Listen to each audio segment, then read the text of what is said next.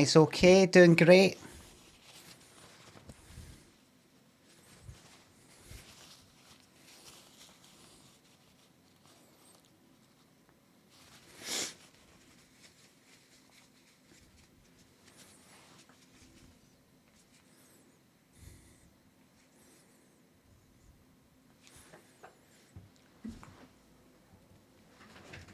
Shower. Morning, everybody. Humming a shite. No blam, thank you very much. Thanks for the sub. Sleep, walk. Hold on.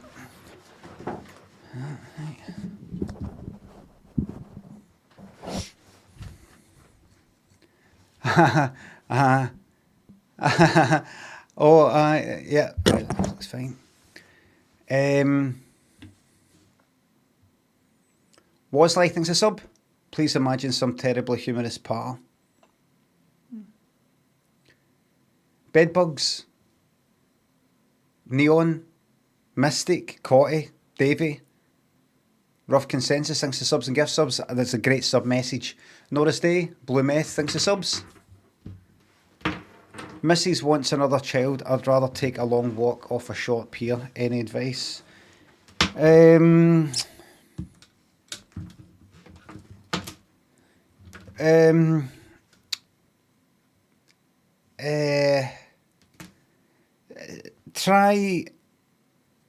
Try this.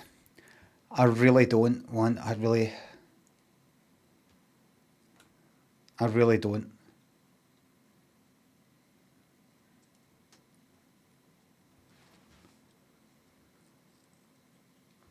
I really don't.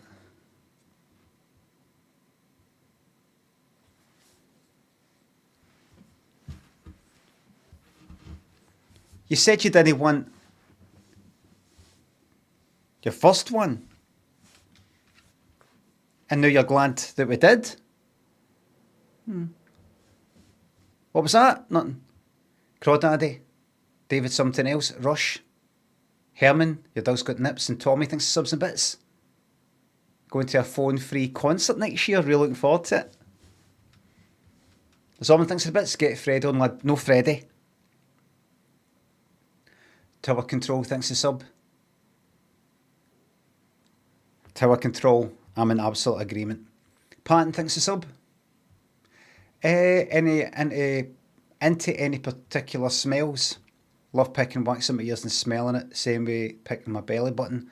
Aftershave. Petrol. Tactical droids. The blam's been taken. Shibatroid, Fozzie, Flames, Black Newman and WoW. Thanks the subs. Limmy, what is the best thing about growing up in Shawlands? I wouldn't know. Did he grow up in Shawlands? The Big 5-0 takes you back. Shout out to IGN and the Jagger boys. Yes. Blake Sale thinks the sub. Great guides.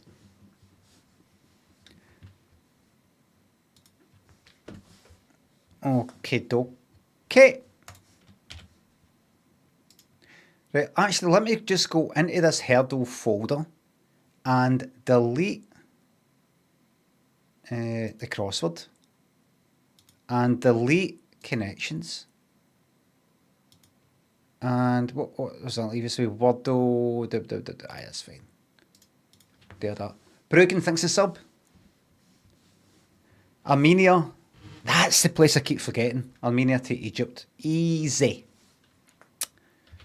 So, that's your Saudi Arabia. That's your... What, you saying that's not connected?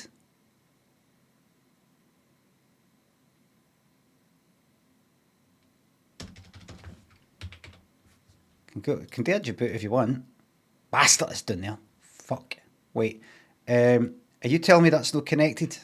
You're really going to do that to me? Okay. Let's do in Iraq then. Okay. And let's do a Syria. Okay, let's do a Turkey. Turkey. Fuck off.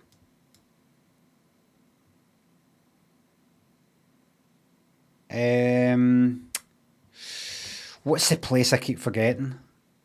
Egypt. Cyprus is about there.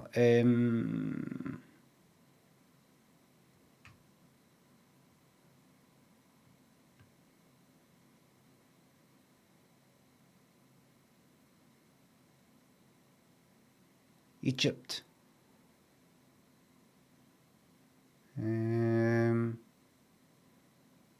You're not going to make me type it, are you?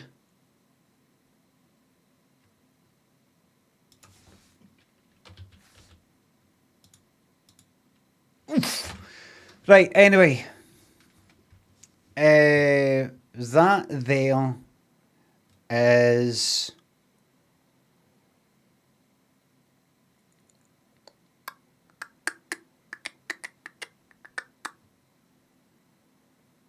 That there is...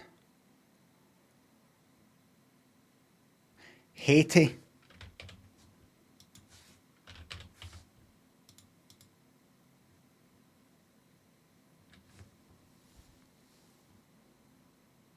Oh, that's... Right,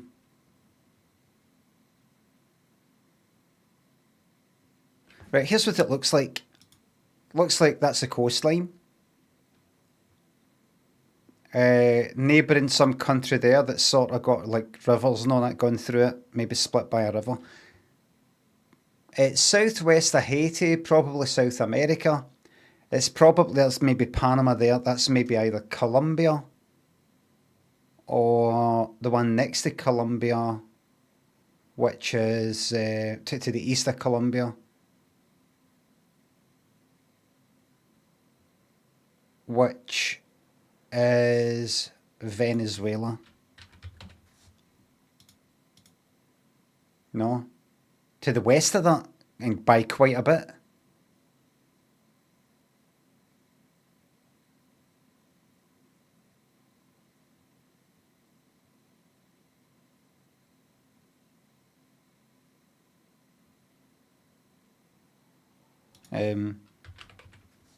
Colombia.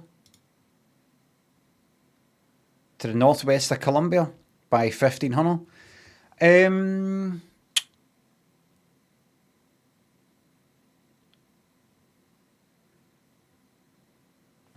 Right. Guatemala.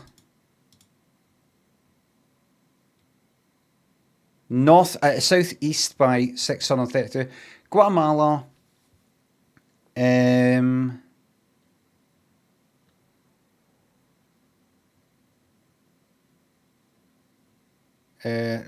Guatemala. Belize, or however you say it. El Salvador. Honduras. I'll do Honduras and to the southeast, practically next door.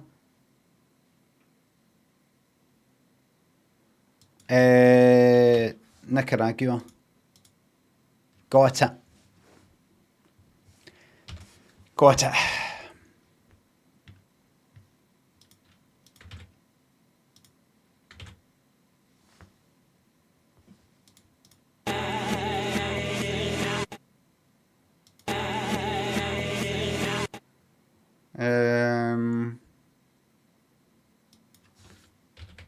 Welcome to the jungle. Guns. Aye, Sweet Child of Mine, go fuck it. No, don't know. What? Go Public by the Blow Monkeys. Silly me. Right, let's hit this.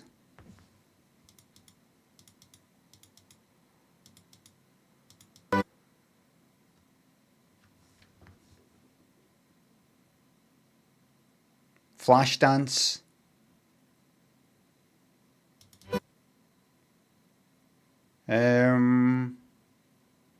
St Elmo's Fire.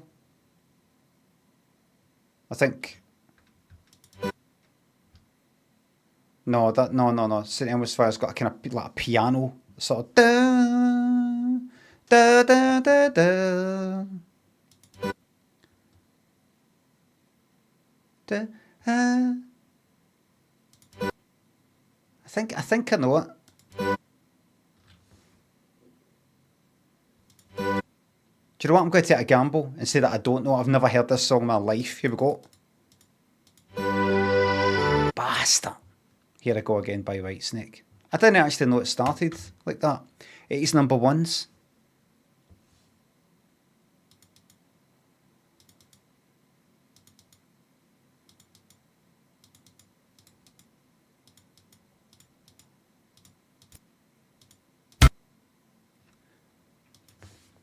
Get into the groove. Into the groove. Easy. Easy. Easy. Is that impressive? Yes, many people saying Jesus and all that. Insane.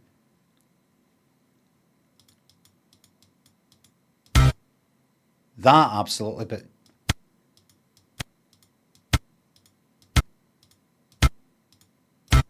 it was that, wasn't it? It was like that. It was like that. That's pretty easy. Anybody who knows Madonna will know that.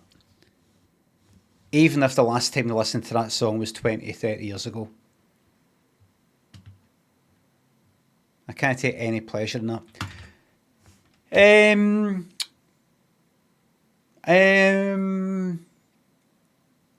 So, right. I've got games. I've got. Right. Let's try this absolutely brand new game called Mouthwashing. Let's get that done. Right. Add to cart. View my cart. Continue to payment. I agree. And we'll just see what this game's all about. Install content. Install. Start and download. 0%. 2%. 5%. 14. 25. 41. 50. 70. 75. 80. 85. 90. 96. 99. That's that. That's 1 point gig there. 1.2 gig. 1 point gig. Excuse me. That's one for the blooper reel. Maxwell, goodbye look. You're welcome to the streams. Kate Chops and Zero Fun Allowed, thanks to sub. Kablam, Skinsaw, thanks to subs and gift subs. No, nothing League of Gentlemen's inspiration for Limmy show. Tommy and Reflex, thanks to subs. Straight to the Dreamy Fund. Taxation is theft. That's right. Dreamy, thanks to sub. Glad you like the emotes and banter. I'll try and make some emotes in due course. Hasty, thanks to sub.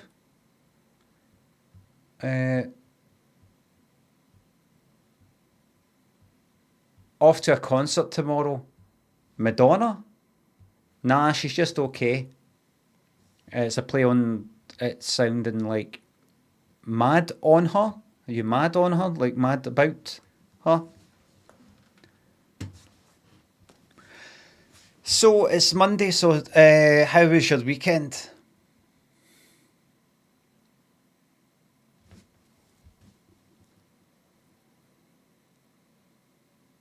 Mediocre. Shite without you. Overdid it. Average. Excellent. Shite. 6 out of 10. Mind your own business. Made a lasagna. Right.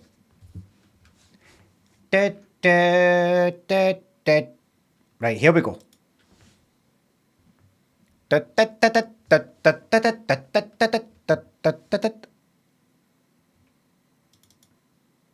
That's me off that Twitter and fucking blue sky, everybody.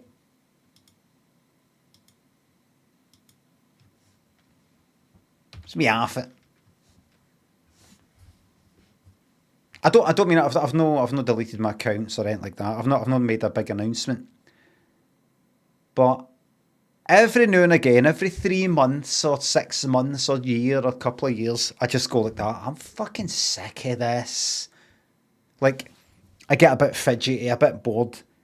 Um, and one of the first casualties is me getting fucking getting into like social media too much and then getting pissed off with it and then fucking remove myself it.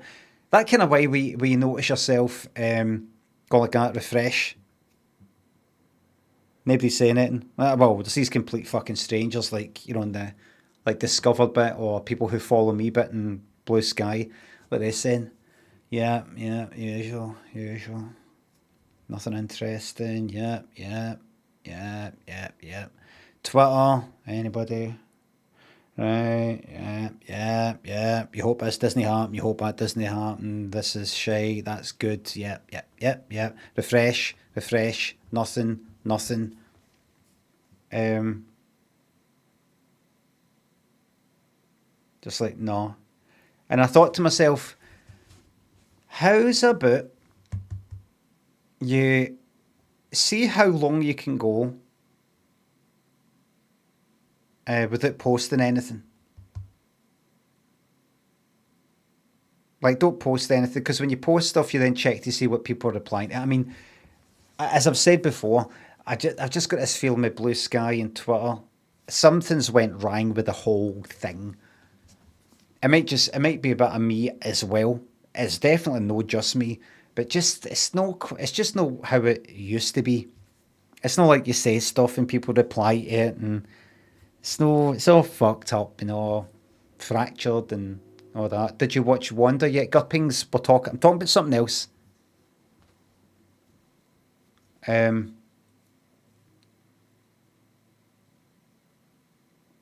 like in that way, I'm like, there's no point. I don't want to go into Twitter. I think I've kind of fed up with all that. So I don't want to post there. I'm not utterly dead against it. I just know I'm not in the mood. And Blue Sky, I'm like, I could post something that's like, what's the fucking point? What's the point? Oh, here's I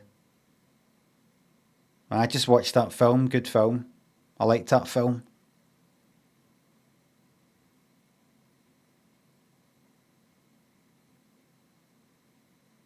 Most social media is an echo chamber. An echo chamber. An echo chamber.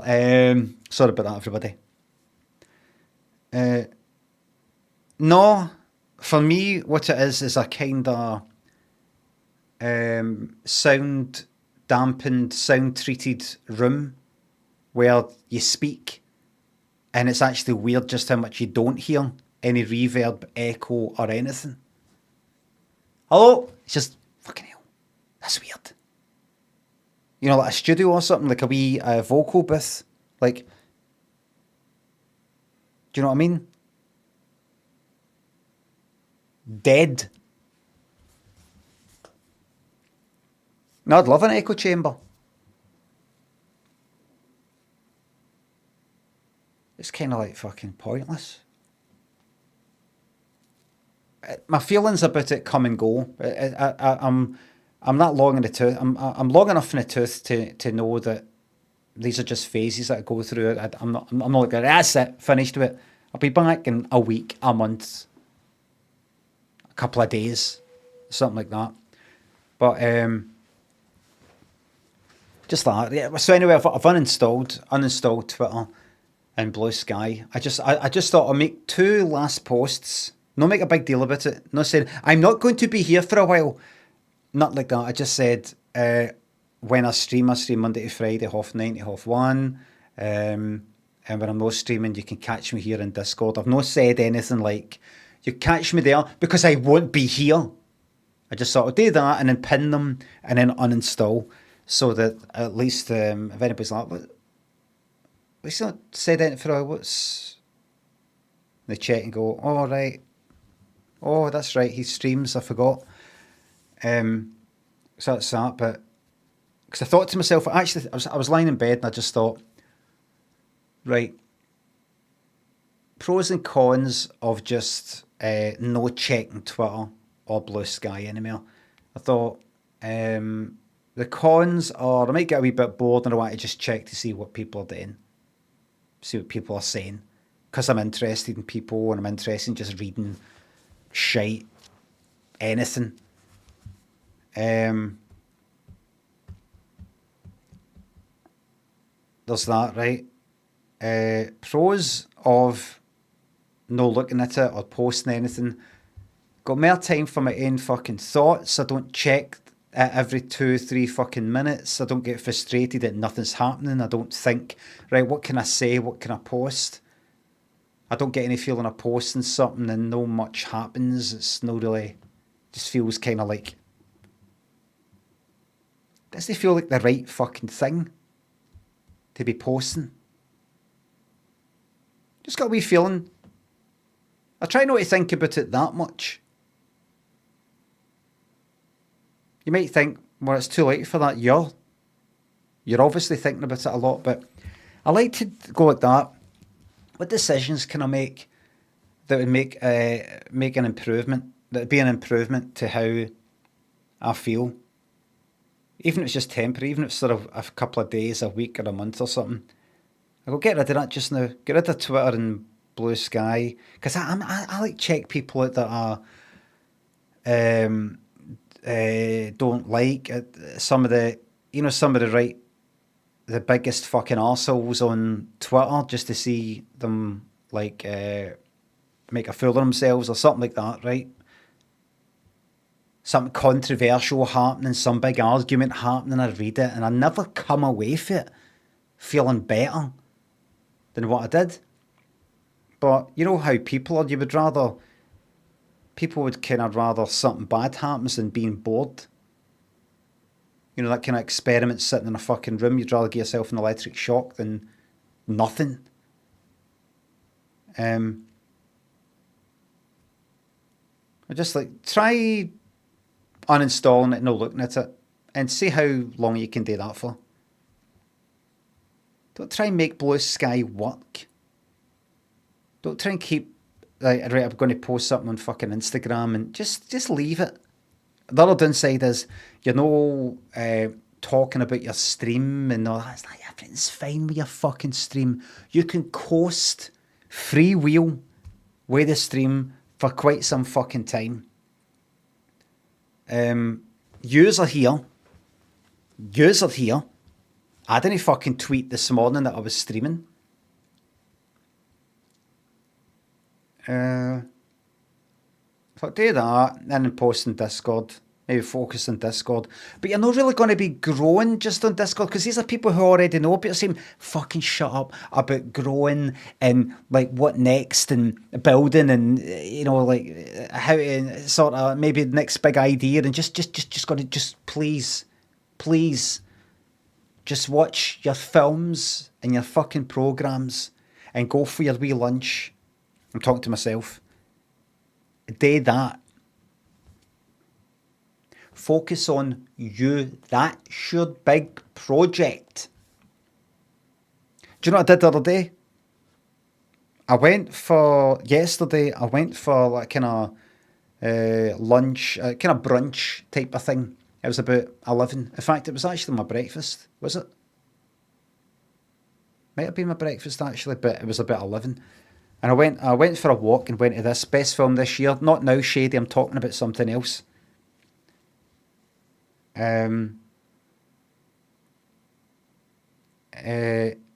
for a walk, and having uninstalled Twitter and Blue Sky, I sat outside this restaurant having my breakfast, which is eggs Benedict and an Americano with milk.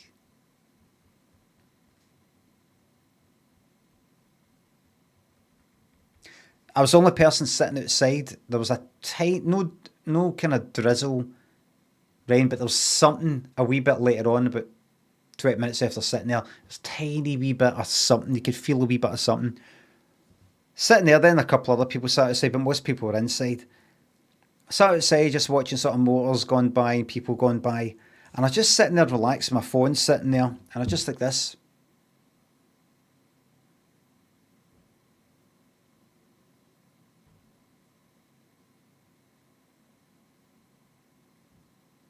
And then I went like this for a while.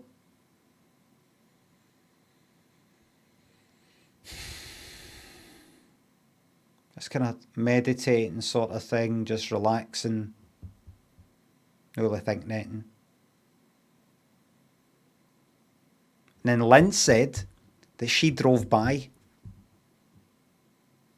Her and Daniel, my son, drove by and said they spotted me. Because they knew where I was. Said they spotted me. Said I looked like I was sleeping. That I'd fallen asleep. I said I was meditating.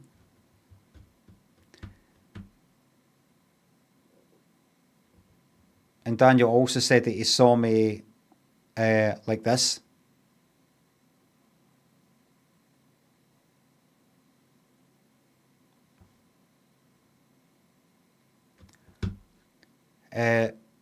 Lynn said I looked weird. I said, I know it does look weird, no staring at your phone all the fucking time. What was it, Daniel? It was Daniel. It does look weird.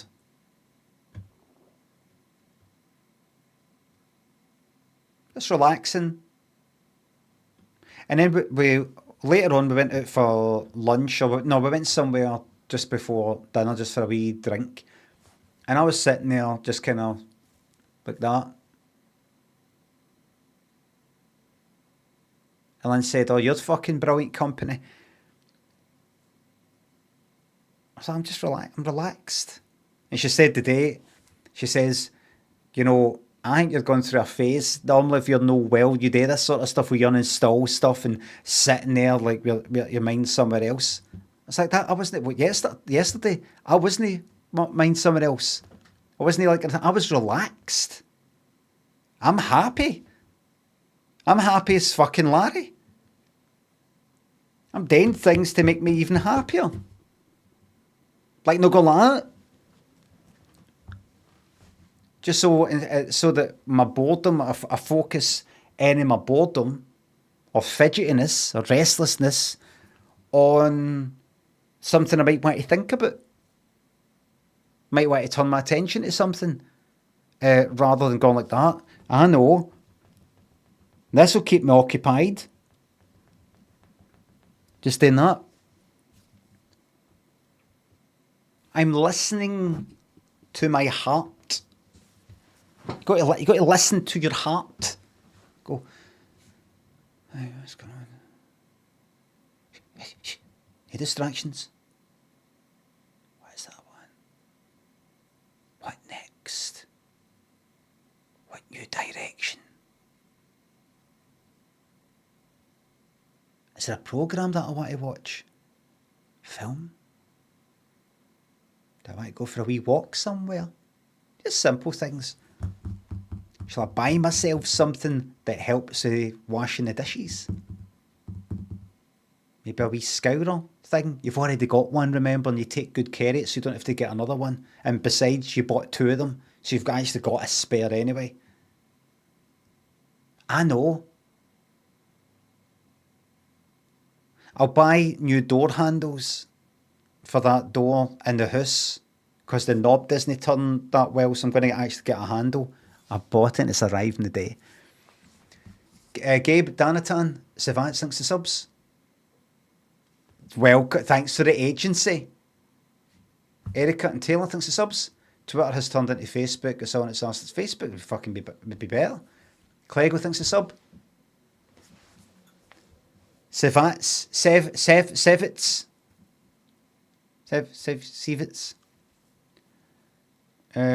Yesterday when I was sitting there just with Lynn and Daniel, I was just like,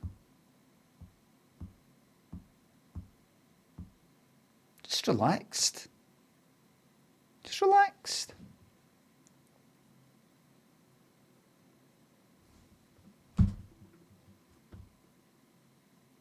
We're not allowed to just be chilled out, relaxed. If there's any complaints about the lack of chit chat, then begin the conversation, and I will reply and add my own thoughts and theories. That's what I say.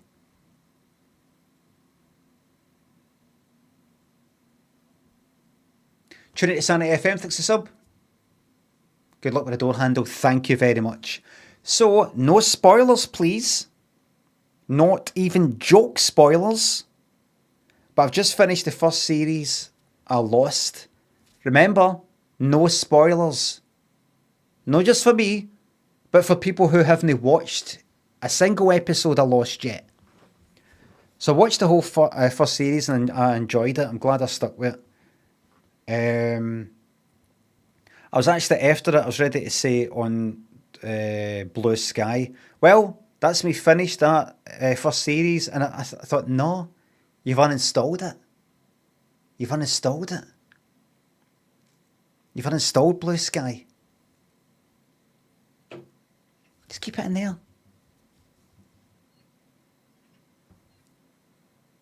Just keep it in there. Auckland's Raider thinks a sub. Just one more month, I can stop anytime. Honest, you've not got a problem. The door handle, I'm not sure if it's actually going to work. I had measurements and all that. I had measurements, and I just thought I'm just going to risk it. I just bought it. We'll see how it goes. And see if it doesn't fit anywhere. Straight in the bin. That needs a handle though. That needs a handle there.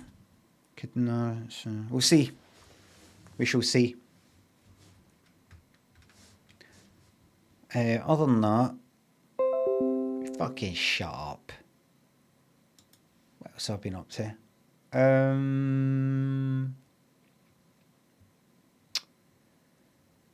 Nothing, just walking about.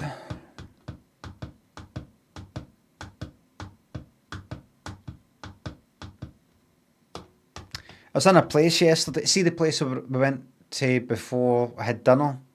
We just went for a couple of drinks. I got a cup of tea, a pot of tea there, and it didn't taste nice. It kind of tasted like fucking dishwater.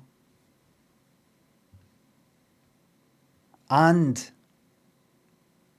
even the colour of it wasn't quite right. And I was in the same place like a week or two before, and it was the same taste back then as well. So it wasn't just like some kind of one-off. You know how like if you get a pint or something like that, it might be a bad pint because the pipes need something or other. They need to clean the whatchamacallit. But then by the next time you go, it's all fine. I thought, right, this isn't changing. I just had I drank like half a cup out of this fucking pot that would have gave us about 3-4 cups. I just went, oh, that's fucking nice. And Lynn said, you should say something. So that's the point. What's the point? They've decided on what tea they want and all the rest of it. That's that. Then she left, and it was just me and Daniel. We were going to walk back home ourselves. And then I went to the bar to pay, and the guy said, "Everything okay?" I thought, fuck it. And I went, actually, I said, because I go in quite a lot of this place. I said, I actually see the tea. There's something with the tea, something I didn't like about the tea. Oh, really? I kind of tasted like, I don't know, like the water wasn't very nice or something. That was like almost like dishwater. I'm exaggerating, obviously, but don't know if it was the tea bags or that, but it was the same the last time I was here a couple of weeks ago, and I was explaining it to him, saying, so, I mean, I don't know, it could just be me. I've been to like fancy sort of like tea places, and some of the kind of fancy tea there that I fucking don't like at all. Like, remember that place in Yesnoan that used to be in next to Offshore called Chai, I don't know, Ovka or something that almost kind of looks Russian, Ovna, like that, right? I went in there once. I went, oh, it's a tea place. It's like a leaf or 2 leaves in hot water. 2 big leaves. And I had it. I didn't fucking like it. It just tasted like what it looked like. A couple of fucking leaves in water. Just like that. I said it might just be me, but I don't know if you want to check, if nobody's sort of checked. But I mean, that's all right. We'll look into that. I'll tell a thing about that, and because I will not be fucking getting tea in there anymore. It wasn't right.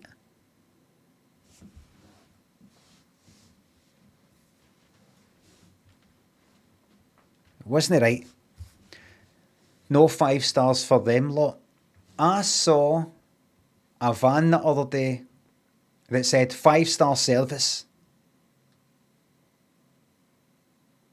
It was like, I don't know what the van was for. I don't know if they did cleaning or something to do with dogs, pets or something, or fuck knows what, plumbers. But it said 5-star service and it had 5 stars.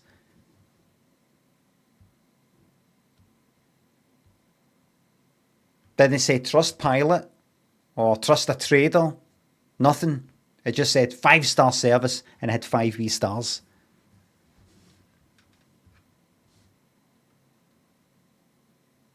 Just thought, don't trust that. I knew, I'm not using them. I just saw them going by, just saw the motor going by.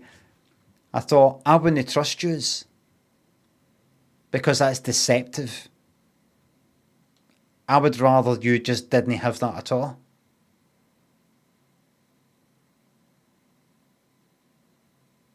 Because it looks like you're trying to kind of kid me on about something. 5-star service, who gave you that? You? What else are you going to be lying about? How much something costs? How long something's going to take to get done? Deceptive. And another thing, I walked past some place, some like student accommodation type of thing that was getting built, and it said 7-star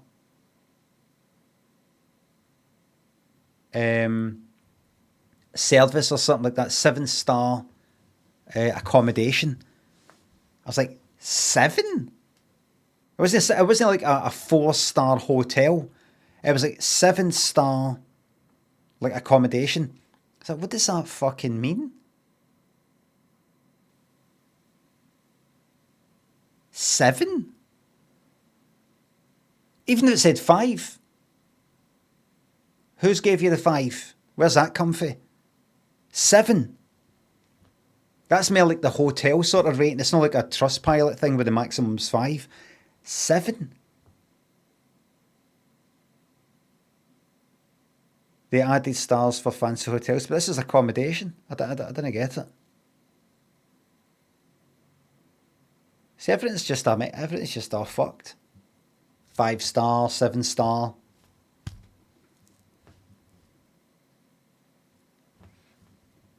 This is why I came off Twitter and Blue Sky. I can't deal with it anymore. Frankie Cappuccino thinks a sub. Am I the only one watching from Singapore, you reckon?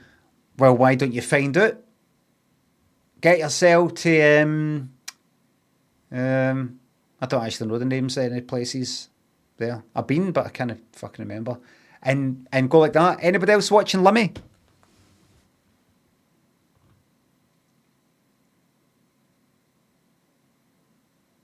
Silicomodo thinks a sub.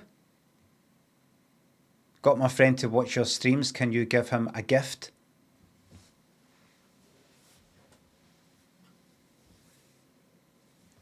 Padmere and Captain Johnny thinks a subs.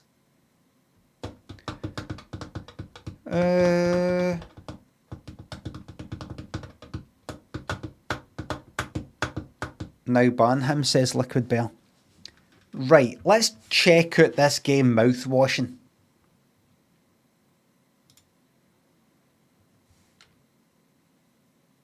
The name of the stream is Joviality.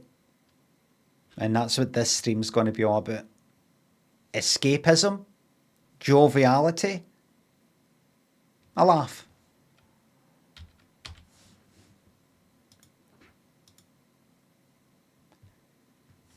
I'm about halfway through Joker 2, whatever the fuck it's called. Because I've got a copy of the Academy for review purposes. And I'll say this about it. It's no as shite as I thought it was going to be. But it isn't very good. I'm not really liking it. But isn't it? I honestly, my expectations were absolute fucking rock bottom. So anything that's even mildly interesting, or that bit's alright, then that'll make my mind go like that. It's actually not that bad. But see the songs.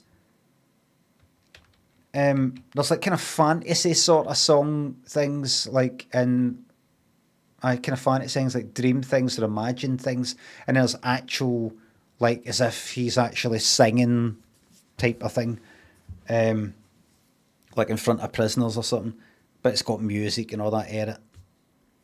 And it just kind of seems to fucking stop and start.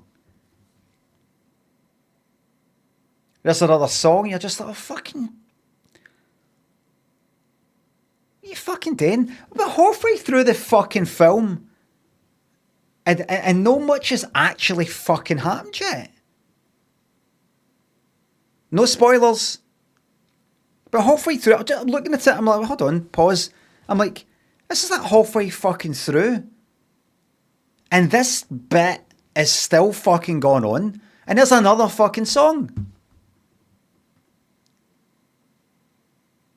They're sort of dancing about or singing to each other like, I don't fucking care about this stupid singing. What film is this? Texas Chainsaw Massacre. RMG, thanks for the bits.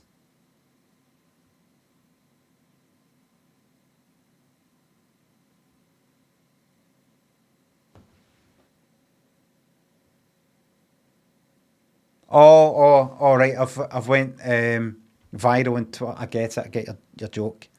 Very good.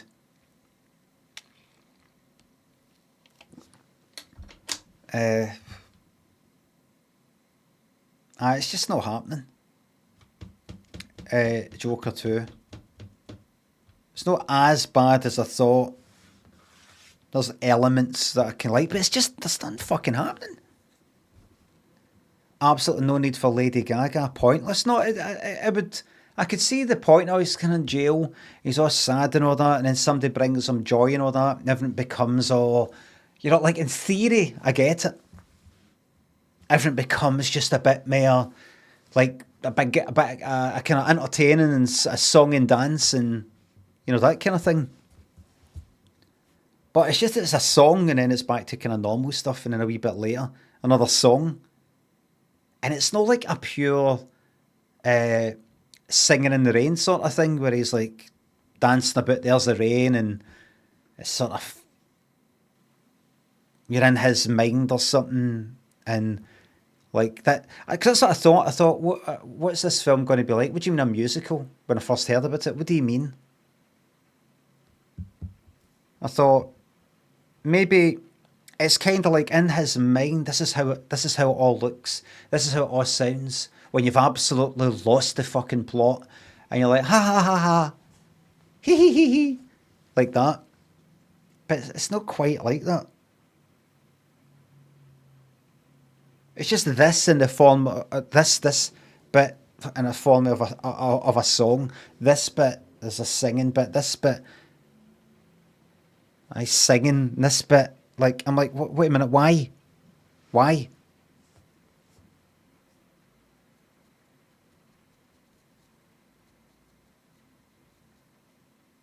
So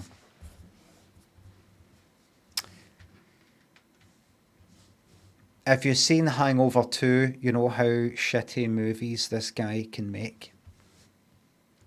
It's Lady Gaga good in it. Aye, just doing what she's doing. Aye, but it's her and him.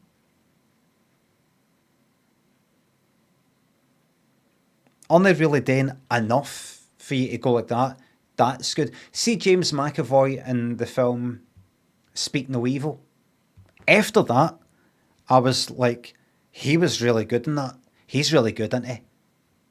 He was really good in that. Because he's got the opportunity to be good. He's got the opportunity to do things where he's being kind of charming and funny and a bit sort of wanky, but then fucking turning scary. And what was that? What was that he just said? And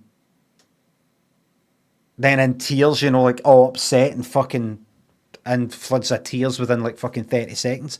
It feels real. Whereas this, he's not doing much, you know, fucking most of it, he's just sitting there like that.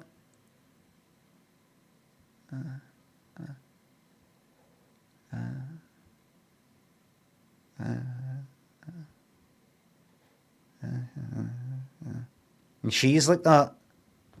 Yeah. You know, oh, you mean so much to me.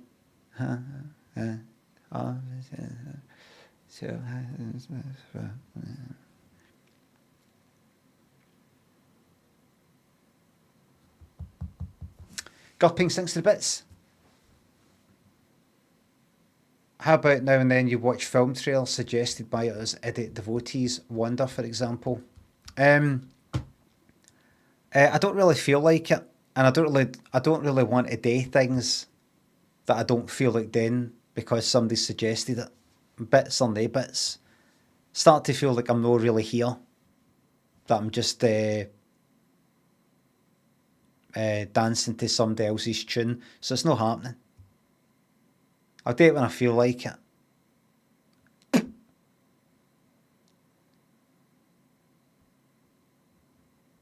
Poor Malou, Susie. Thanks to subs and gift subs. There I want. Exactly removes Limmy's agency.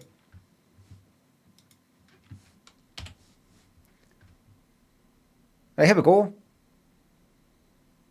Get ready for this game, which is called what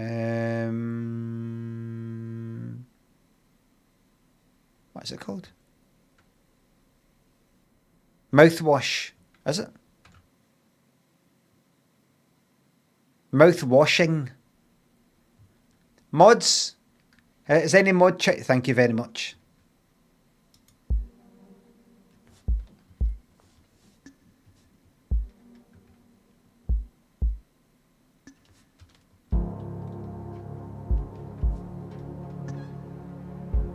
This is meant to be quite good. I'll decide.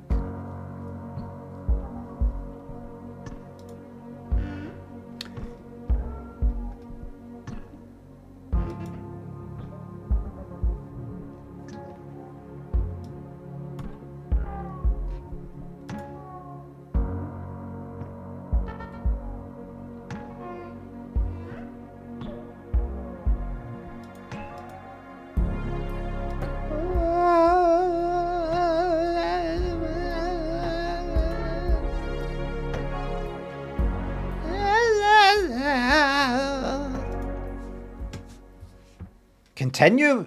All new game. Have I played this and I don't even know it? Pony Express long haul space freighter Tulpa. Crew 5.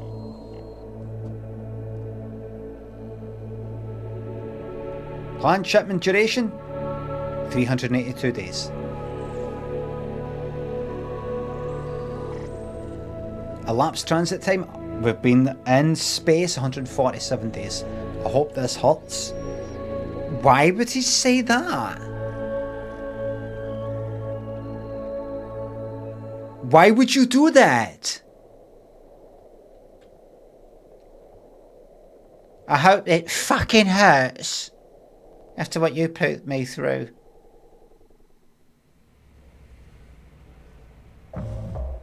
Zero days before the crash. An orbital body has been detected 21 AU ahead of the vessel. AU means?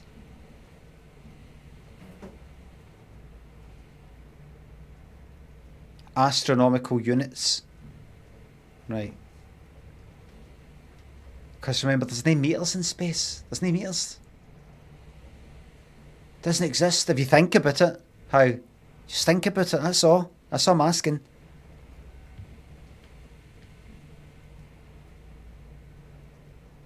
Sun to Earth distance. No. Because, like, imagine you went like that with measuring tape. What are you measuring? It's space. What are you measuring? So they use this instead. It means a meter if there was actually something there.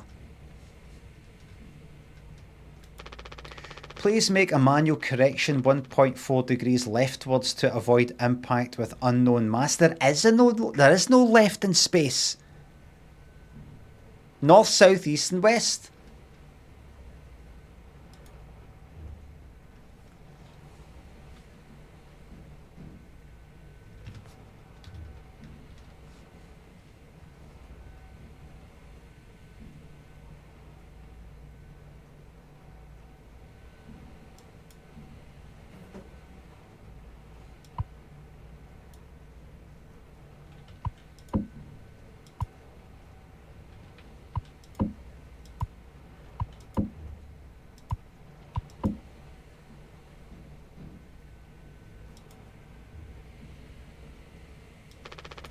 It's locked.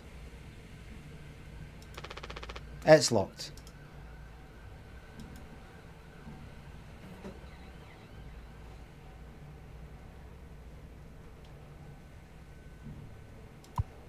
Steer right, fucker.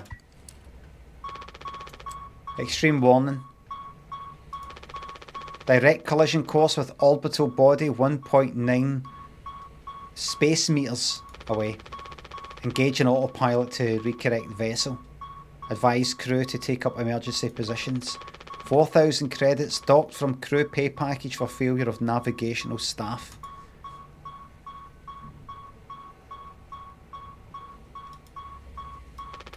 It's locked.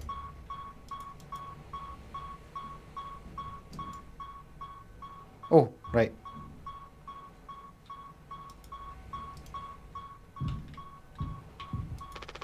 There's nothing else to be done. I can't let anyone in.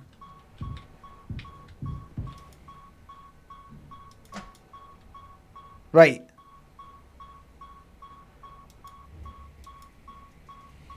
Right, emergency. Pony Express protection kit. Use only in case of emergency. Captain access only. Code scan. Right, let's do it then. Right, let's go. Alright. An emergency generator. Right, go. What was that idea? I can't remember if I was to actually do something. Nylon rope. Emergency key. And then I'll go here because I remember seeing it there.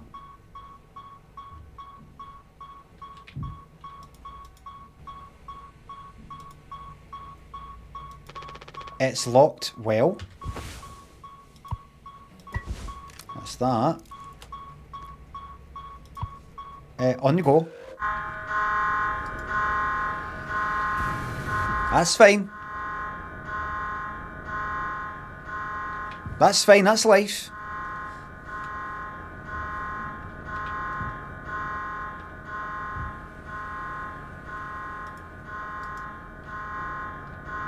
Right, okay.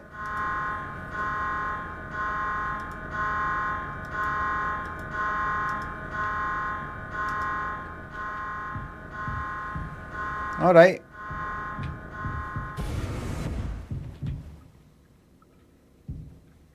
Paul says, don't be daft.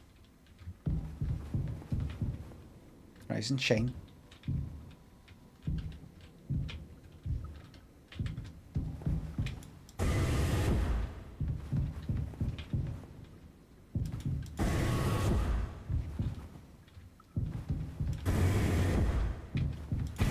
Just keep going. Hug the left.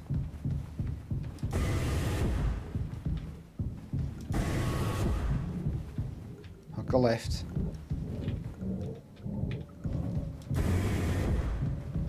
Hug the left.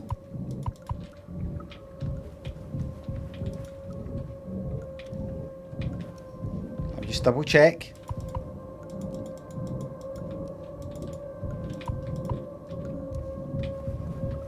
Hug the left, you got 1 minute. Alright. Absolutely Nate right.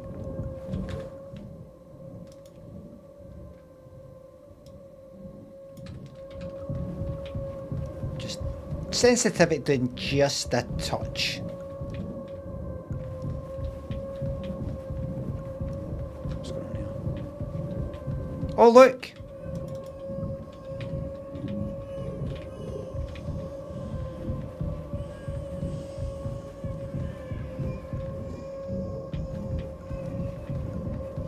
Hug the left.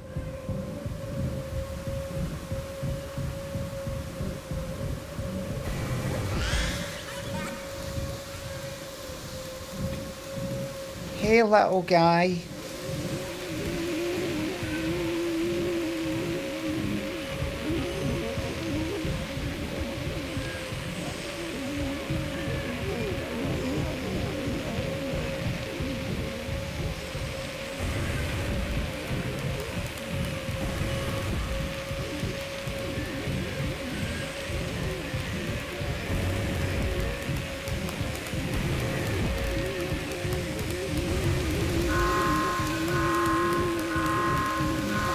Okay.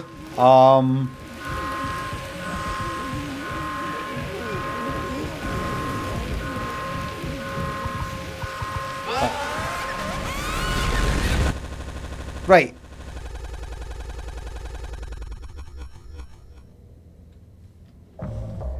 Two months after the crash, Jimmy says anyone else would do the same thing. Hold on. Amy Rocket thinks a sub. You're alright, I'm alright, but the main question is, are you alright? Michael, Emma thinks the subs. What song has been on repeat for you recently?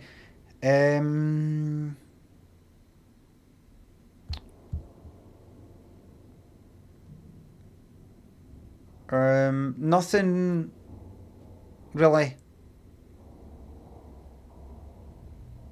There is one song I've been playing a lot in order to go to the song radio to then get songs that are kind of similar, which is Life by Carlita. Up, down, left, Ryan thinks the gift need 2 subs. Thank you very much. And you are the #1 gift subber of the week so far. Swansea says we ain't touching a damn cargo. The hold is locked down for a reason. The only thing worse than dying slowly is not getting paid. Anya says, but it could be something useful. I think could be what? Hope, streams and marzipan. You don't have to. If it helps us survive, it's worth it. I'm Jimmy, I think. Dayzook. Man, Pony Express bosses really aren't chill at all, huh? Come on, a quick look won't hurt. How exactly is this group therapy committee planning on getting in there? All right. Oh, right here, boss. You're looking at the meanest swing of the regional junior baseball team. Straight up nearly corked a kid once. I can take the utility accent. You were goddamn born fully corked. I'm not reading this properly. I'm putting the tense and stress on the wrong words and not quite. That's enough, Swansea. There has to be an in case of emergency way inside. If I remember correctly from the safety protocols, the door should have an alternate access code, but it can only be uncovered using a code scanner device. And only the captain has access to the scanner. Of course, Go ahead and ask him all about it then. Maybe he'll sing you the blues too. And I'm saying, because I'm Jimmy, we don't need him if we find the scanner, get the code and open the hold. For better or worse, I'm captain now. I'll figure it out. Right on. Acquired code scanner.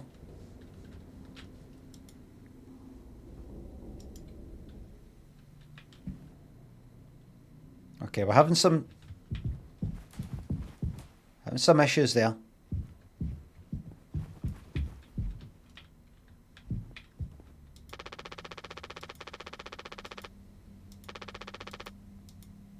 Right, delivery sort of thing. Spaced out. Few wee problems there.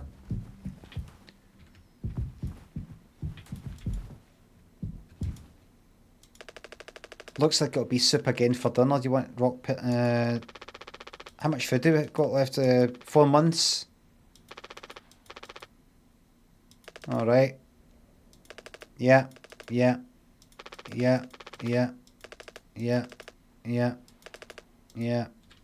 going to be stuck in space for quite a while. Yeah. That's all you need to know. This machine was empty even before the crash, so once they sorted that.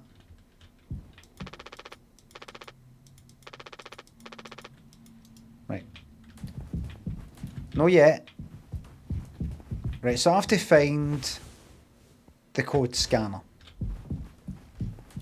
I have to acquire the code scanner.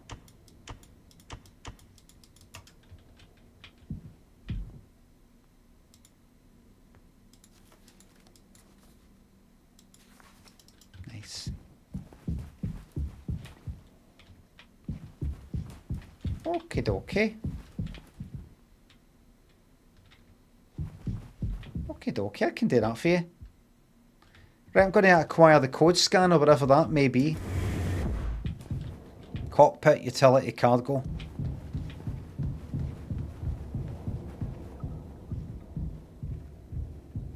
Just going to head this way. Not think about it too much. Ain't you supposed to be figuring out a great cargo robbery? Why are you standing out here? None of your goddamn business. Everything is my business now because of Curly. I don't want to keep having this conversation. Right, Capitano. I'm working. Blue collar fools can't afford to stop working even when the machine does. Go figure. And before you start, just fucking get on with it. Working on what? What does it look like in there? It's a solid wall of foam. I'm trying to see if I can break it down enough to get something useful. Right. Yeah.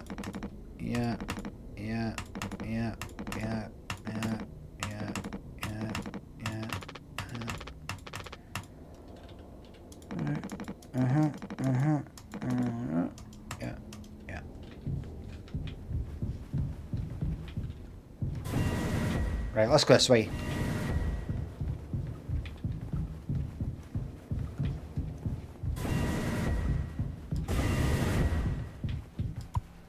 Oh, very good. Very, very good. That's how you play the game.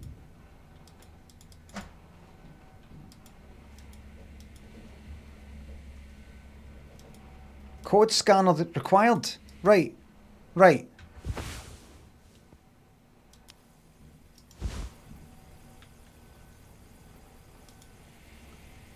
Right, 739. Right.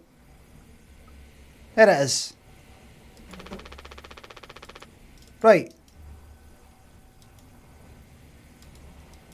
That's it. 739.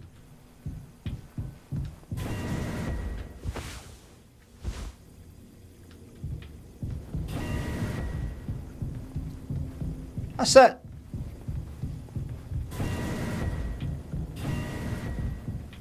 Utility. Lounge. Don't get lost. Cargo. Excuse me. Excuse me.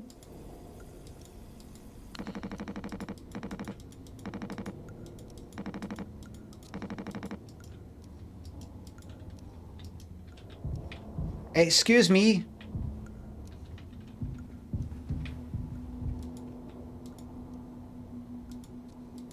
Right.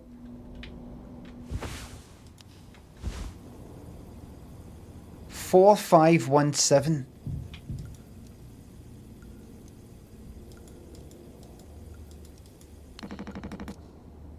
Can you and that woman get on with it? I ain't waiting around all day.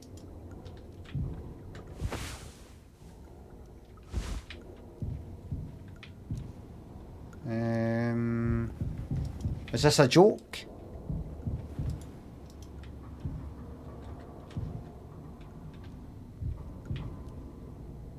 Pretty sure I didn't miss any vital information with my skipping. Wait. Oh, no. Is this a joke?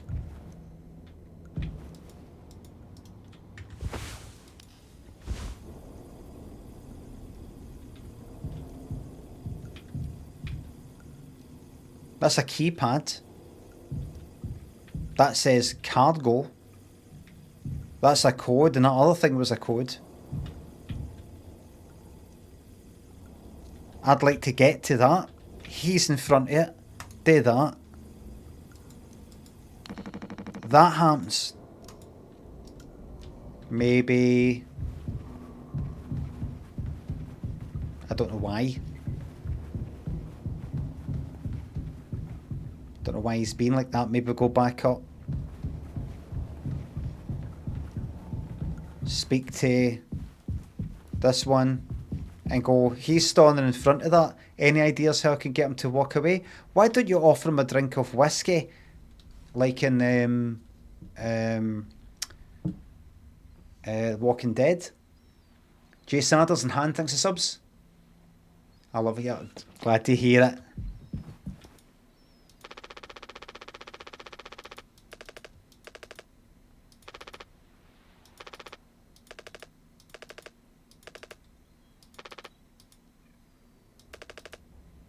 We can use that to scan the cargo door code.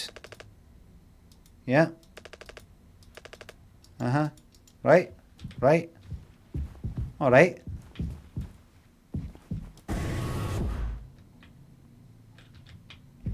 It's good, isn't it? So, pop back down.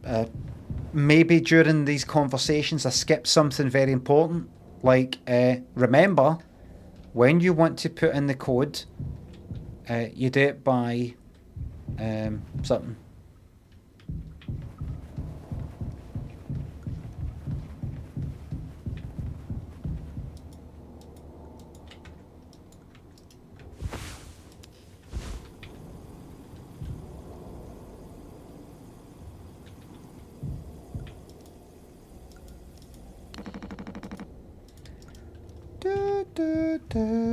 So he said something to do with a nurse, right? So it could be... I remember seeing the word nurse. So it could be... He said... Aye. I want my medicine. He doesn't want to keep still anymore. What about the painkillers? It just hurts him so much.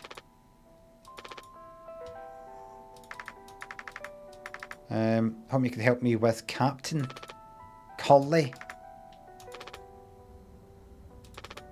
Right. Are you going to feed Curly's meds? Yep. Yeah. Bandages. Right. Yeah. Alright. Yeah.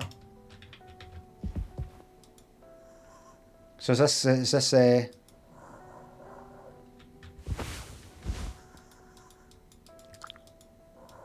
right.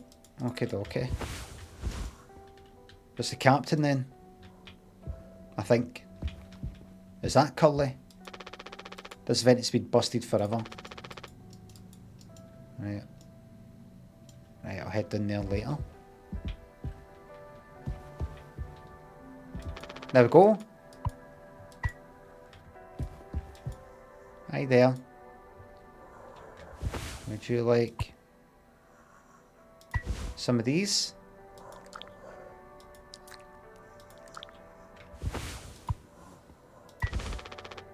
Hold still. I don't like this any more than you do. You know what they say? Pain is how we know we're still living. I can't bear to listen. Excuse me, sorry.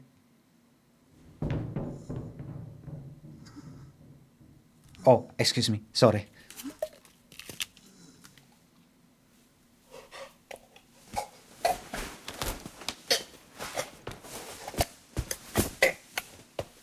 Samwood thanks the sub. Thank you very much.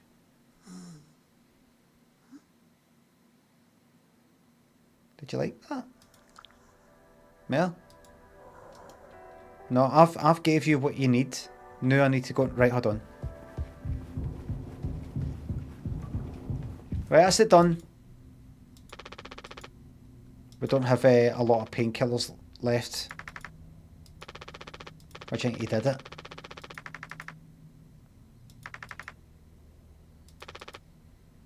He tried to take us all down with him, Anya.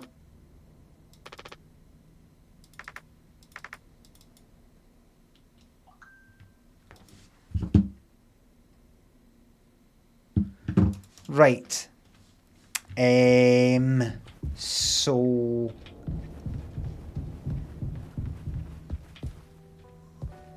was that you? Do you want some mail? I tell you what, I think I've given you enough. That might. Don't know if that the guy down there in front of the fucking keypad will be satisfied with that.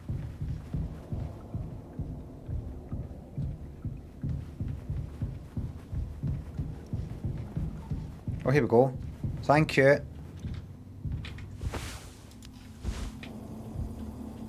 4517.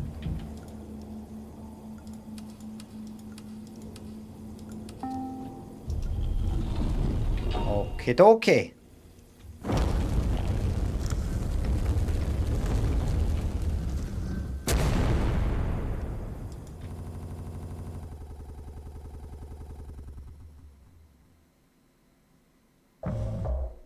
Seven days before the crash. Anya says, are you listening? Curly, yeah, damn, I'm so sorry. Couldn't sleep again. But I passed the psych eval. Well, you gave the same answers as last time. I do wish you'd open up a little more, Captain. So I'm the other. I'm the one who's now fucked.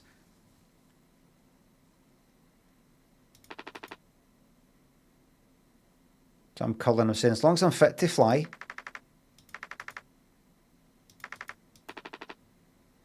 Evaluating Jimmy. He asks if I do these things for fun. I have to make a report with things like, I have found myself sexually excited at the sight of cartoon horses. Huh? Well, I could take it off your hands. Really? I've known him a long time. He won't try any bullshit with me. I suppose you're the captain. I am the captain. Thank you, what a relief. Sonsa asked me to give you this. They can't expect me to perform miracles. Not sure what that means, but good luck, right? Talk to Jimmy in Swansea.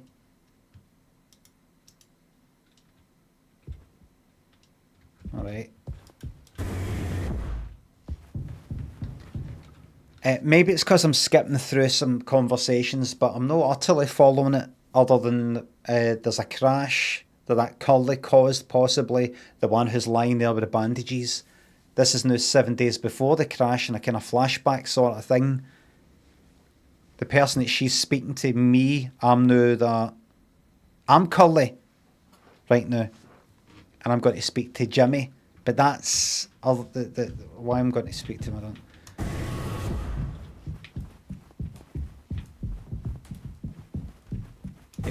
Maybe.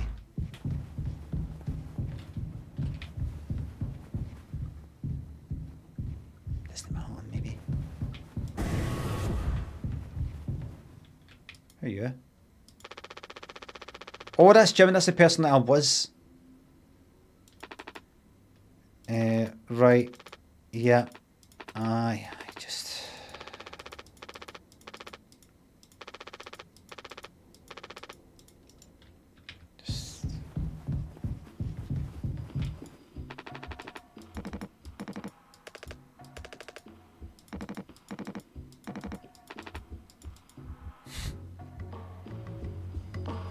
I'll take care of it. The foam. Emergency thing, there's all the foam. I'll take care of it.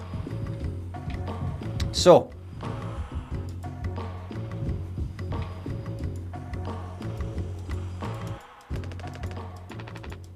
Right, I've got it. Hold on. Get rid of that foam, right? Right. Let's get rid of that.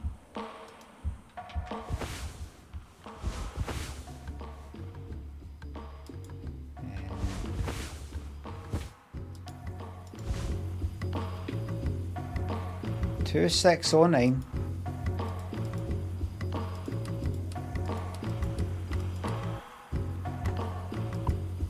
Take that.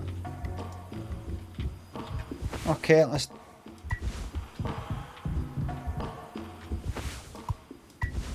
Ah, you can. That's it. Oh well.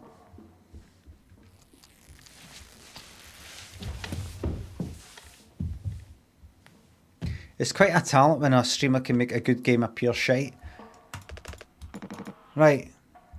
This vent is off limits.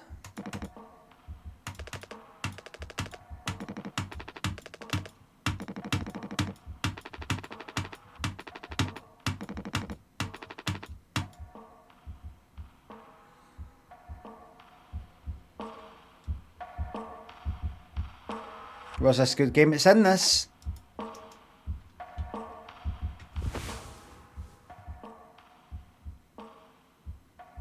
Right, you.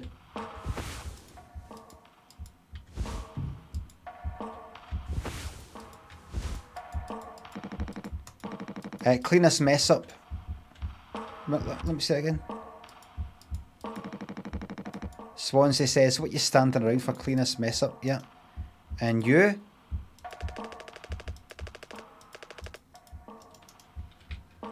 And Jimmy. I was diagnosed as being sane, yes. Right, so I have to do his psych evaluation. Let's go to the cockpit, right? Let's go then.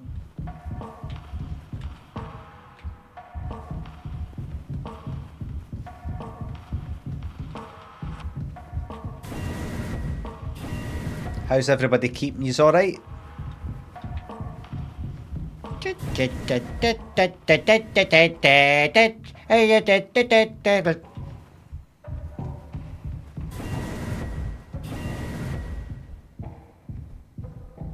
Mr. Whitmore, thanks sub. If you're happy, I'm happy. Then you're maybe not the most happy you've ever been right now. Dom, press the eject. Thanks for subs.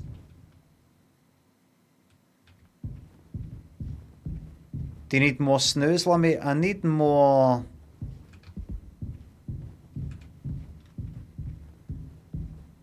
There's something about the way that certain text is laid out. If it's gone from the left all the way to the right on my screen, it's quite big. I have trouble reading it. I kind of interpreting the meaning of the words. What I mean is how to read it.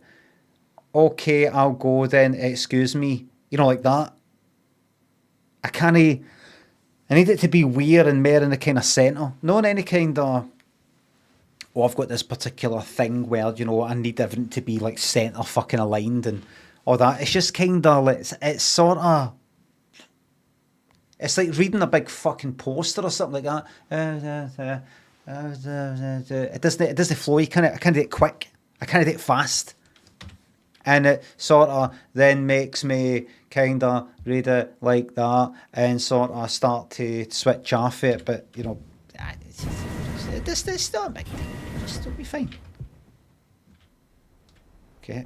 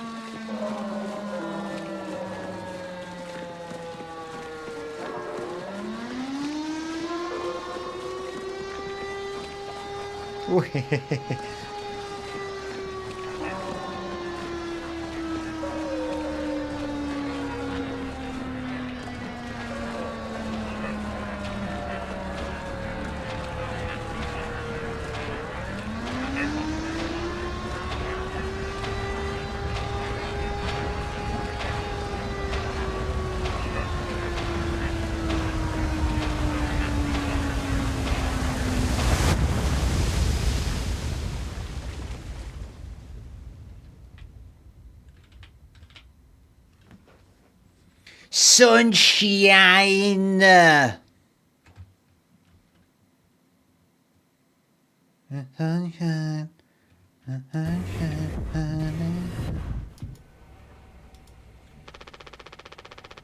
Jimmy says to me, you can't just make something up for this. It's not like these avals ever go anywhere when we get back. We'll power through it, I say. Have you been able to complete your mandated tasks as co-pilot? See, I can't fucking read it. Co-pilot, co-pilot. For the blooper reel. Right. And control here.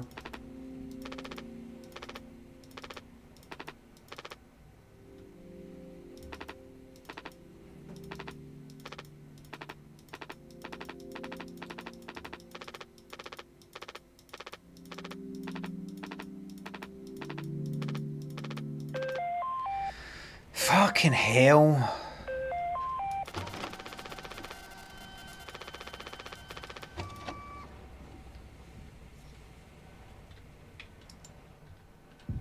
Right, message incoming, right.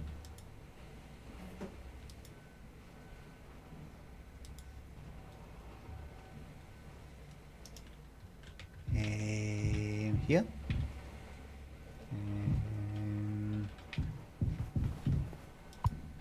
Take news from corporate.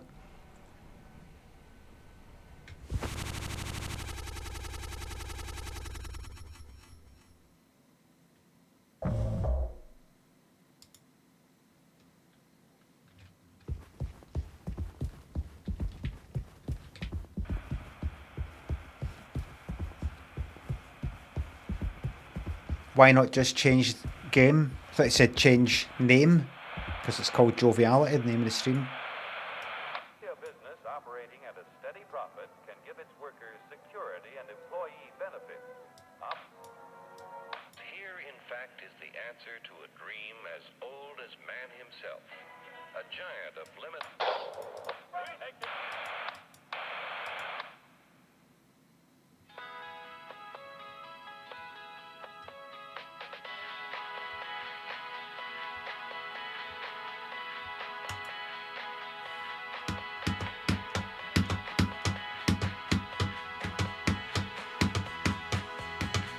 Ality, thanks a sub.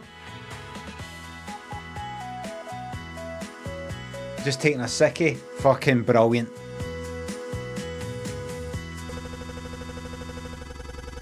Kimru, I can't remember if that's how you say it.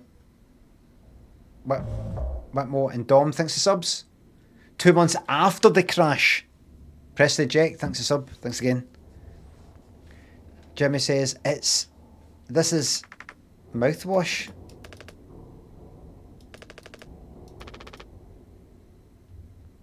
This is what they'd have 5 people hauling for over a year. This is the cargo that we're moving. All of this for mouthwash.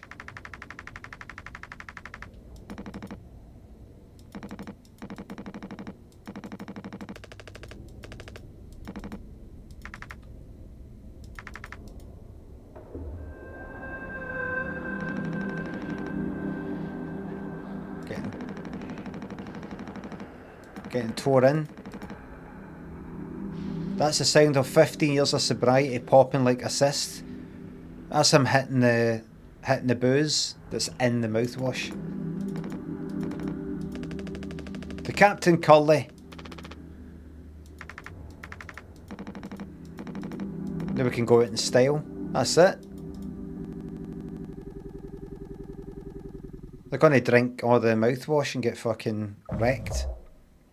6 days before the crash. Break the news. Don't know what the news is, but I'll do it. I'm Curly, the captain. Oh, look. What's the occasion? Only one person can get surprise birthday per trip.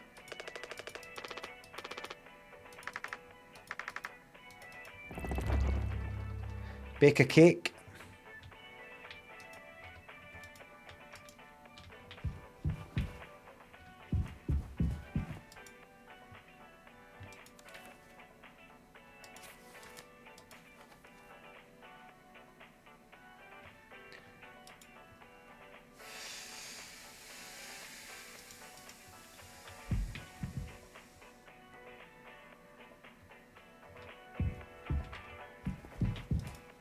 Mix water and gelatin.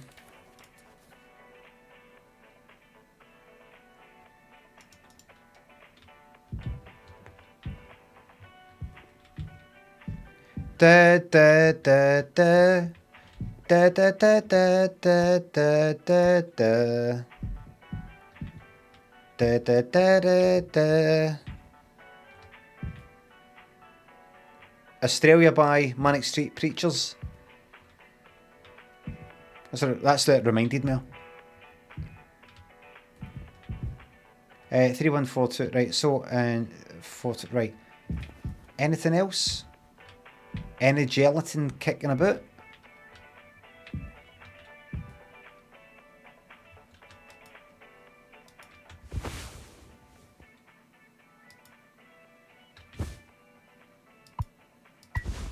Right.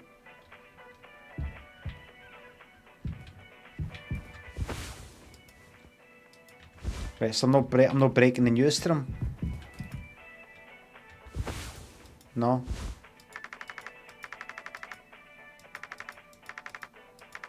Yeah. Just right. Da da da da da da da da da. Right. So, 4213. So, use this here. Not now, right? 4213. Right, is it?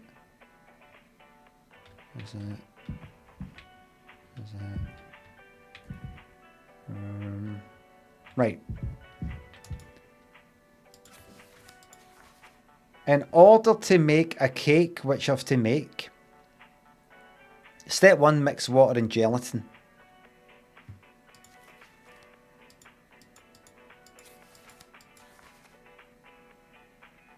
Right? 4213. 4213. I have to type the numbers 4213. Is that it there? Oh, there. Right. I thought it was a fucking record player.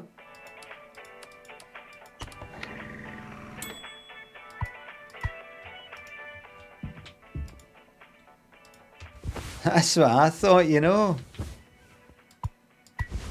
Right. Right, go for it.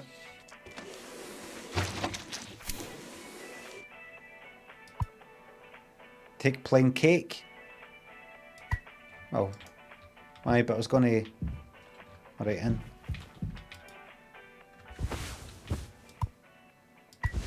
I can't use this here. Could you sneak an extra packet of sweetener in there? Just kidding. Nah, unless... Right, hold on. What do you think of the cake? No. Use.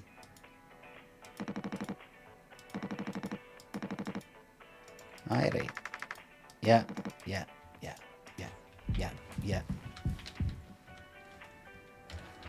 I'll do it properly, yeah.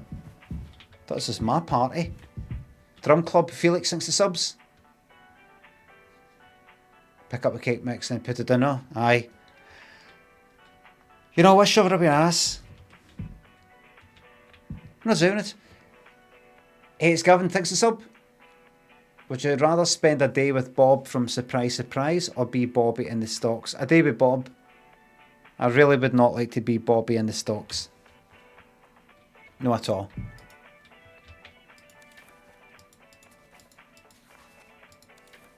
Right, step 2, mix the cake base and sweetener.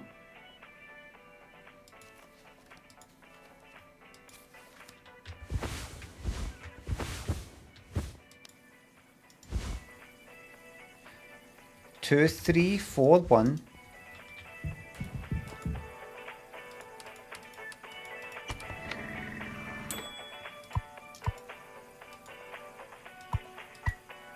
Da, da, da, da, da.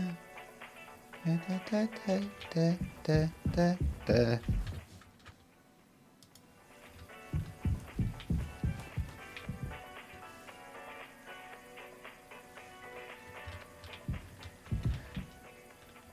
Right, and then put them in.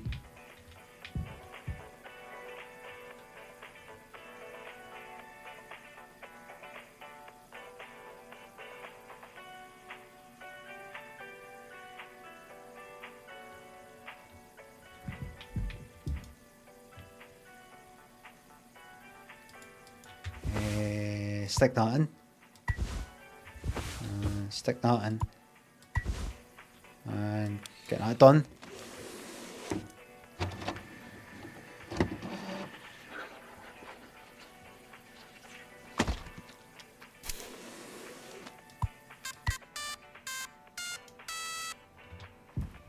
There's your fucking cake. There you are. Okay. Got to make a speech. Speech. What's wrong? I'm getting asked what's wrong. That's all it said on the report from management. We will receive the paycheck for this delivery. I don't know any more than that. Pony Express finally kicking the bucket? Huh? What a joke. And with the punchline. I don't have any savings. They can't just do this, right?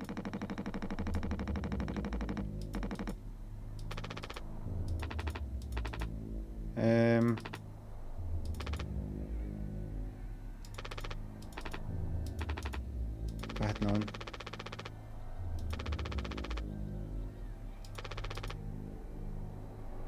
Right, so the company's shutting down, or this whole bit of the company's shutting down. I think they're all going to be fucking skint and fucked.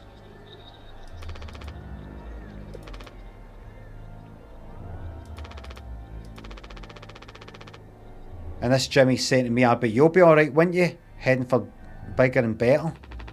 I'm just working on my life being a place I don't have to fucking escape. We're the ones you're trying to escape. Leave the dirt behind now that your boots are clean. That's not what I meant. It is what you meant. Abandon the crew but remain the model captain. Unbelievable. What am I supposed to do? Let's have some fucking cake. Alright. So, I don't know, maybe they're getting sacked and I'm no. Right, let's have a cake then.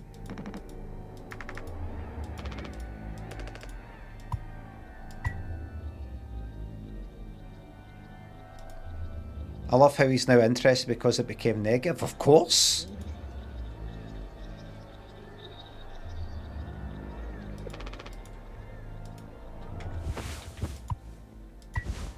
There we are.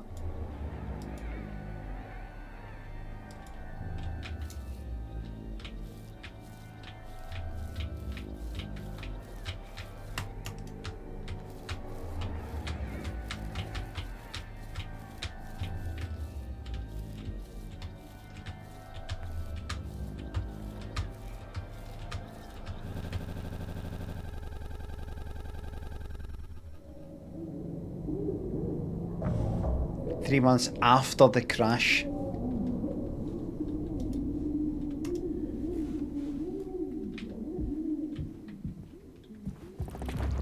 check on Curly. Remember, Curly was the captain, the person that I was just being there. But now, I'm assuming Jimmy. How you getting on? I don't know if he's been given his medicine yet. Find Anya.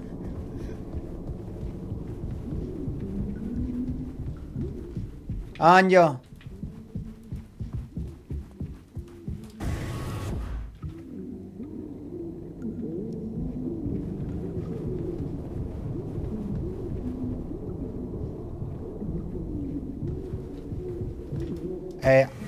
I say.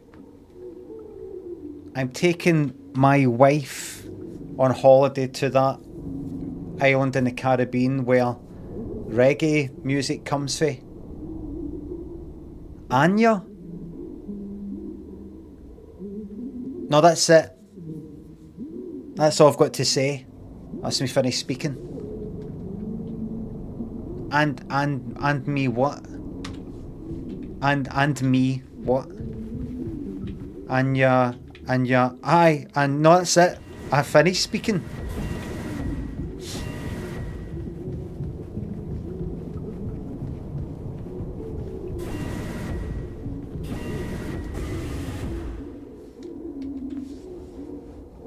Me and my wife are going on holiday. First, we're going to that island in the Caribbean where reggae music comes from, and then we're heading to that American state that's just to the west of Canada, the one that's all kind of separate for the rest of it, the cold one. Jamaica and Alaska. No, she went of her own accord, and she'll tell you, ask her, she'll tell you herself.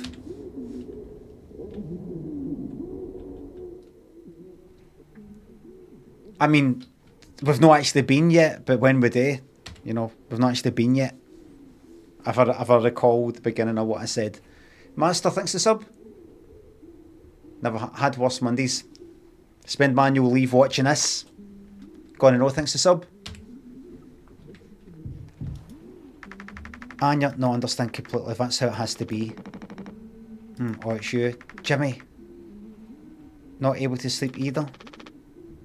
It's night time. Why are you talking this late? Anya, are you crying? No, don't worry, I'm okay. We need to keep it together. Don't worry, Captain. He's making noises again. Did you give him his meds? Oh, I must have slipped my mind. I'll do it. I'll do it. Okay.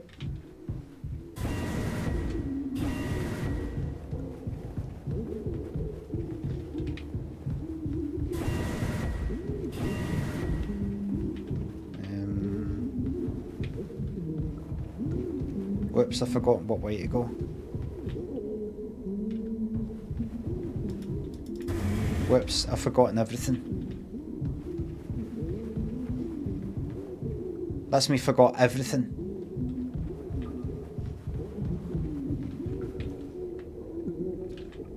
We're alright, we're alright.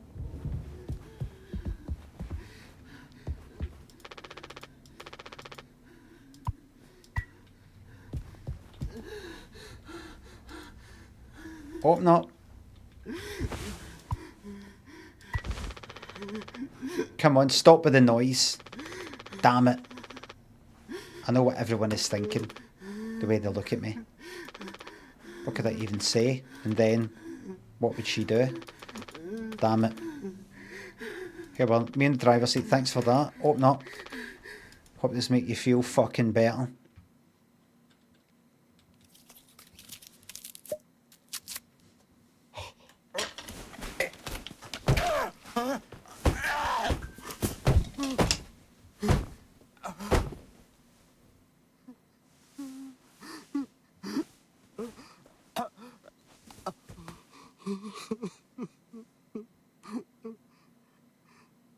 I'm dead, I'm under.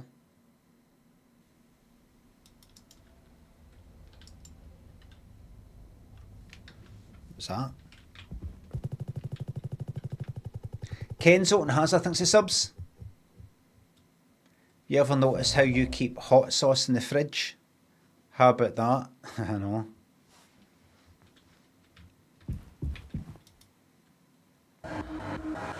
Curly that is that person, we should have some. Why? It's mediocre at best, obviously. Sometimes you can only get the subpar stuff. Right. Well, hey, we all tried to escape. Didn't work for any of us.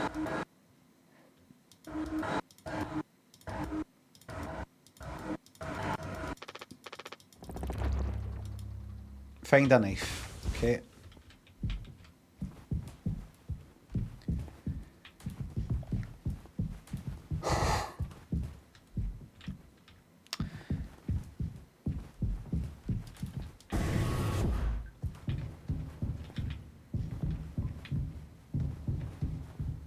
This game better pick it up.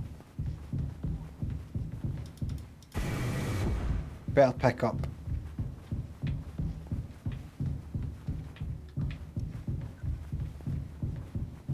Because I get it, I appreciate it, respect it, something a bit different, etc.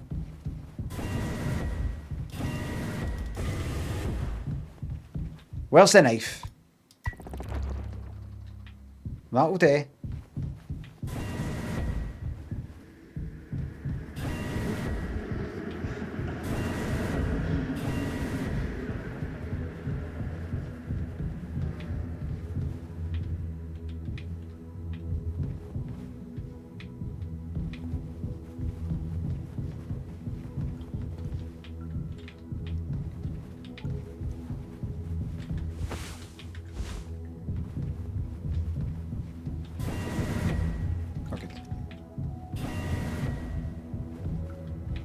Is that going to say cockpit?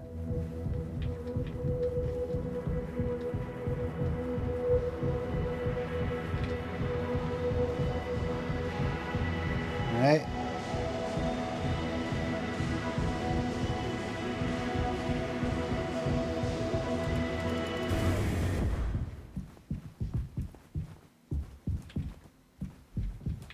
Okie dokie.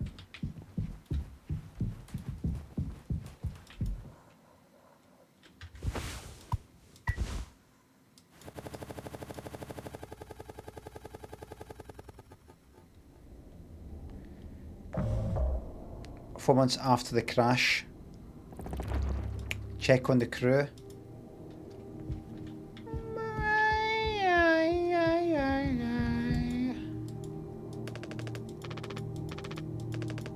Right, steaming.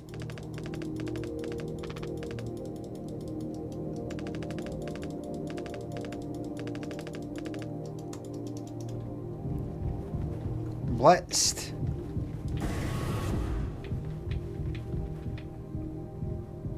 No reading it, it's boring.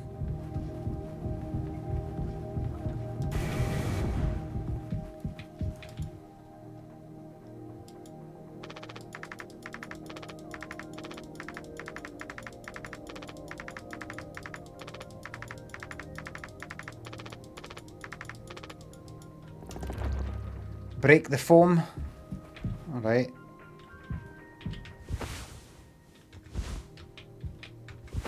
Got to get the axe, haven't I? Always got the axe in there. Use the axe, would you?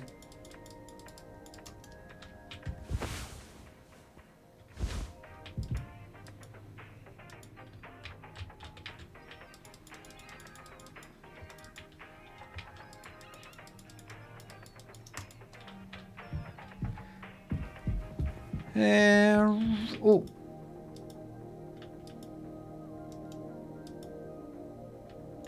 What about that?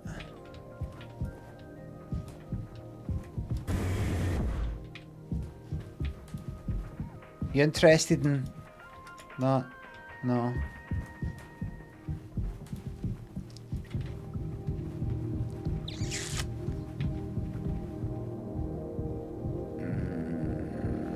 That's what we get for no. The it's not getting red. I can tell you that. That isn't it entertaining to me. And if that fucks the whole game up because I'm no tuning into it, then so be it.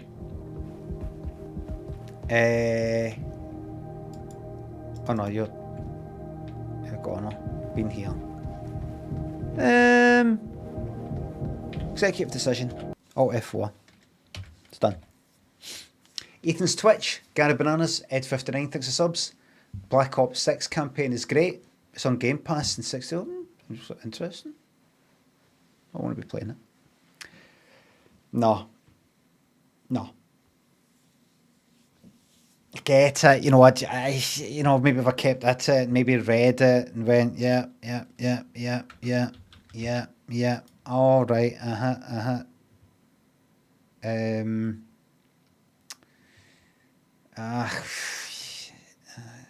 very highly rated game. Right. Now the next game that I've got is a FMV called Behind Closed Doors. Continue to payment. You heard me. An FMV. Please be good. If it isn't, it's gone off. Don't worry. I'm not putting me through it. I'm not putting you through it.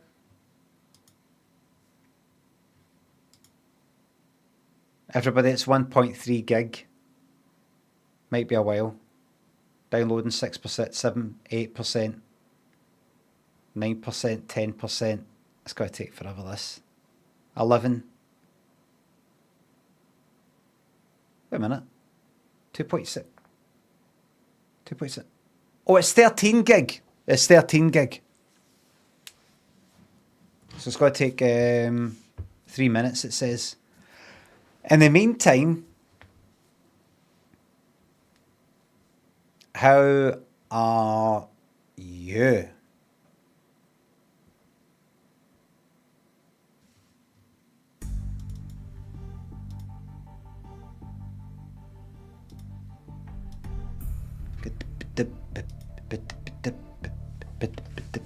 Here we go.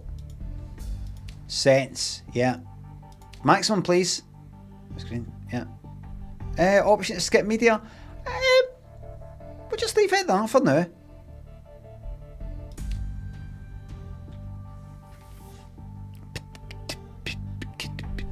Here we go. So this is actually somebody just pointed it out there. This is actually your build version 1.04 here.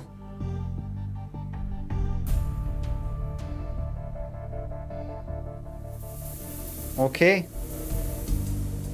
If this doesn't work out, I can always ask them. I'll check out the forums or the Reddit to see how to roll it back. Everybody, just to warn you, do not update to 1.05.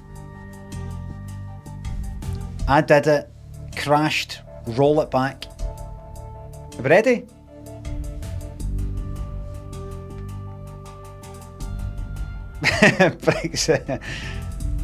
Guys, I tried to update to 1.05 and it bricked my PC.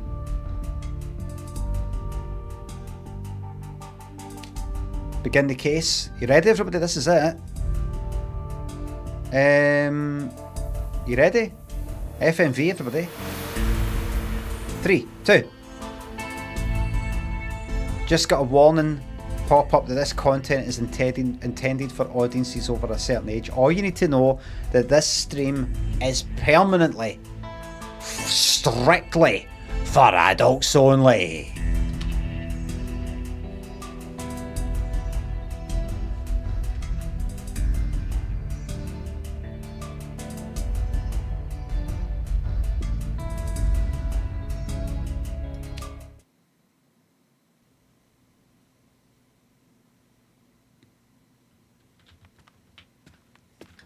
It's an FMV.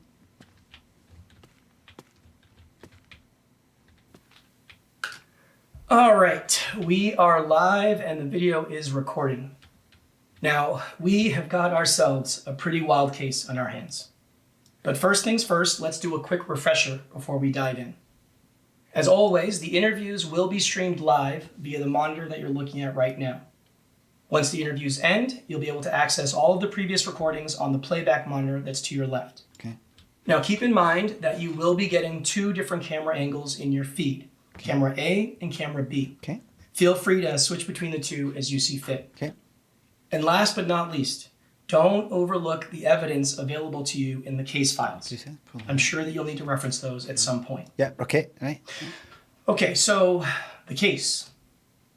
We've got Daniel Murphy, age 49, works as a financial planner.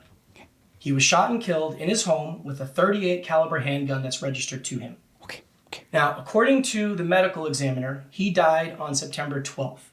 The exact time of death is not able to be determined because the body wasn't found until a few days after. Okay. Now, there are a few people of interest in this case. First up is Emma Richardson. She's Daniel's girlfriend who had also been living with him. Prior to Daniel's death, she had reported an incident of physical abuse that resulted in her right elbow being dislocated. The injury is verified. However, Daniel did deny all allegations regarding the abuse. Now, at first, I was ready to remove her as a potential suspect due to the elbow injury, which would obviously make it pretty damn hard for her to fire a weapon. But as it turns out, she is actually left-handed, which means that she absolutely could have pulled that trigger. Now, next up is her ex-husband, Charles Humphreys. There's nothing really notable regarding Charles's past, but he was seen entering Daniel's house the day of the murder. So, needless to say, he is definitely a person of interest. Right. Now, I was also able to bring Charles and Emma's daughter, Rebecca, down to the station today. Now, there's nothing that really points to her being a suspect at this point in time, but she did live with her mom and Daniel, and she was aware of the abuse that her mom had reported. Now, last on our list is Daniel and Emma's neighbor, Janice Burks. Right. Janice served 9 years in prison for killing her husband, who had a very long history of domestic violence. Now, the main reason that I brought her down here today is that she was also seen entering Daniel's house the day of the murder. Okay. So yeah, that's two people that were seen entering Daniel's house the day that he was killed. Okay. All right, now that is the basic overview. Okay, you can dive in deeper with the case files or some of the security cam footage that we also subpoenaed. Okay. That footage is already loaded up for you on the playback monitor. Right. All right, now let's figure out what the hell happened here. Yeah, right. All right? Aye, I'm yep. going to bring Emma in here first. Uh-huh. Let's see what she has to say. Right. All right? Right, wait. Yeah, right. Hey. Right.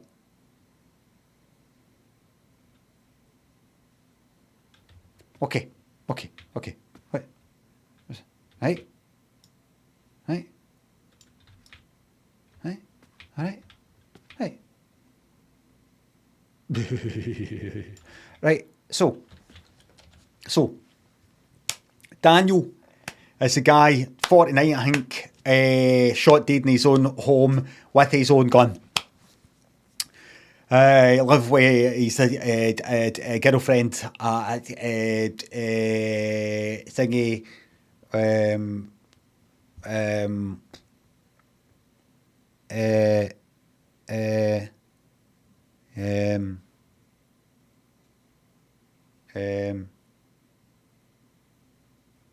Emma, who has previously either reported or said only in this interview, history of abuse. Daniel is a abusive, violent guy towards her, actually resulting recently in an elbow being dislocated, something like that. Thought maybe it wasn't her that couldn't be her that shot him, because, you know, like, imagine if I broke my right arm, I'm right-handed. If I broke this arm, I'm unable to pick up a gun with the left. Unable. You know, if I went to shoot somebody, I'd be like that. Like that. Staying in the house was also thingy, but not biological. But there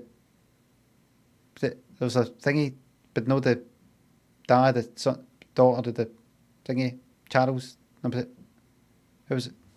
Right, look, it's here. It's all here to read it.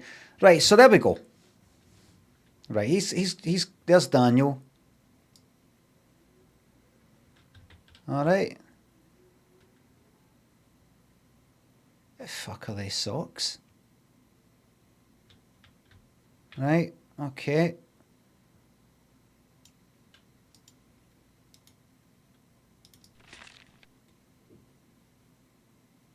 Right hand.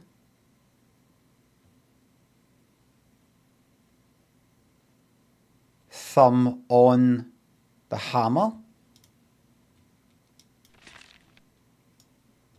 A picture. Cards. We're not going to think too much about that just now. I just need the basics. And there's the patio door open, or whatever you want to call it. But this is what I want to see. Now, listen. Now, pay attention here. Right? Pay attention. I'm not going to look at them. I'm not going to read that. Detective Rose is ready to start the interview, so like, begin when you're ready. No yet. No yet. No yet. Like, hold on. Let me just look about. Just make sure everything's alright. There we go. Everything's alright. That's it. Just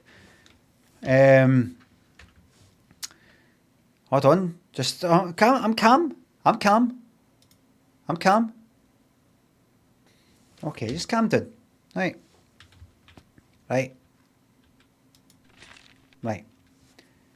Fisham County Domestic Incident Report. Incident number 8. Person make report, complains about Emma Richardson, who's 47. Female. Right. His address. There's the phone number. Completely doxed. Nature of incident, domestic dispute, violence, September the 9th, 2023, approximately 20 past 9, person residence, complaint against Daniel Murphy. She's Emma Richardson, he's Daniel Murphy. Age 49, yeah. Date reported September the 10th. Incident was the day before. Time reported in person at right. On the evening of Saturday, September the 9th, at approximately 20 past 9, Emma Richardson claims that Daniel Murphy physically assaulted her after the two engaged in a verbal argument.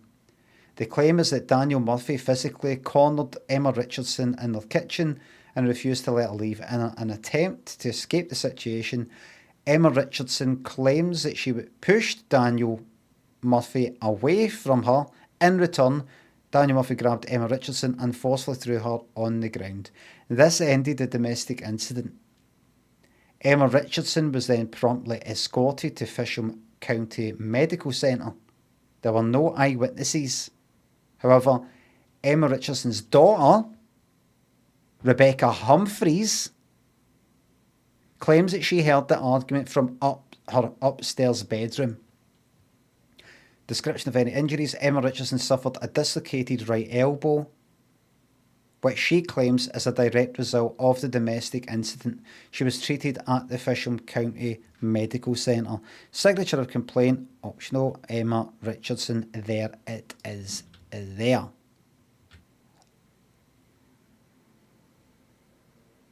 She's really good at getting her M's exactly the same, isn't she? The Emma there. Identical. Same with the A. The A's. It's like a font or something. She's that good at it. Lewis, anonymous, thanks for gifting gift sub. Thank you very much. To Mike, thanks for sub. George, thanks for sub. Nothing interesting to say this month. Thank you very much. And thanks for Robin Bezos blind. Right, so we've got the names on our head now. Emma Richardson. Daniel Murphy. Emma Richardson's daughter, Rebecca Humphreys. Right. All right. No mention of this Charles one yet. Now. Police report. Okay. So that was Saturday, was it Saturday the 9th, and then the report, and Sunday the 10th. And so this is now Tuesday, September the 12th. Daniel Murphy, gunshot wound in the abdomen, potential homicide. Suspects, Emma Richardson, right, we know her, the girlfriend. Charles Humphreys, girlfriend's ex-husband. Rebecca Humphreys, the girlfriend's daughter, and obviously the daughter of Charles as well. Janice Burke's next door neighbour, aged 60. On the afternoon of Friday, September the 15th, date of incident, time unknown, at approximately 3:17, officers entered the victim's home after a concerned co-worker tried and failed to reach the victim via phone and text messages for several days. The front door of the home was found unlocked. The rear part of the door was found partially open. The victim was found deceased in the master bed. See, I'm reading this. I'm into this. That other one, I couldn't do it. So I'm not against reading.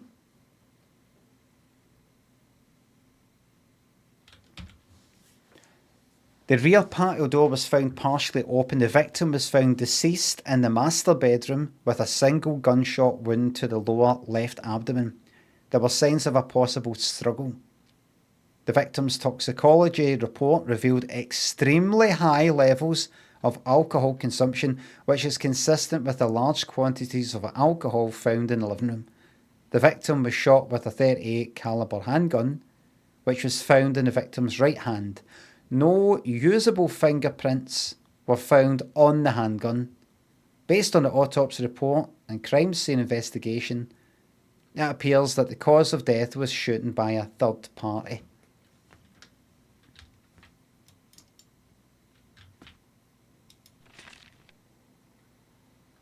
Autopsy report. Daniel Robert Murphy, gunshot wound to the abdomen, homicide. 49-year-old man with a single gunshot wound to the abdomen was found deceased by law enforcement approximately 3 days after his death. There was clear evidence of excessive alcohol consumption. The crime scene showed possible signs of suicide, but there is no medical or ballistic evidence that supports this, making suicide highly unlikely.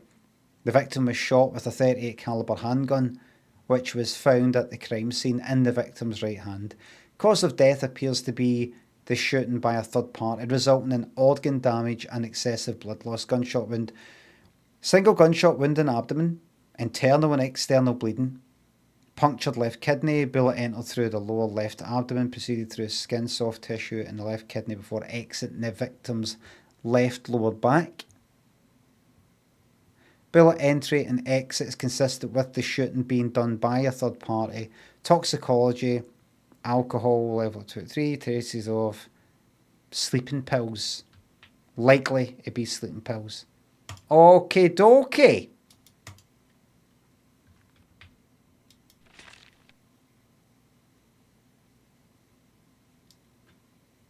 There's your beer there.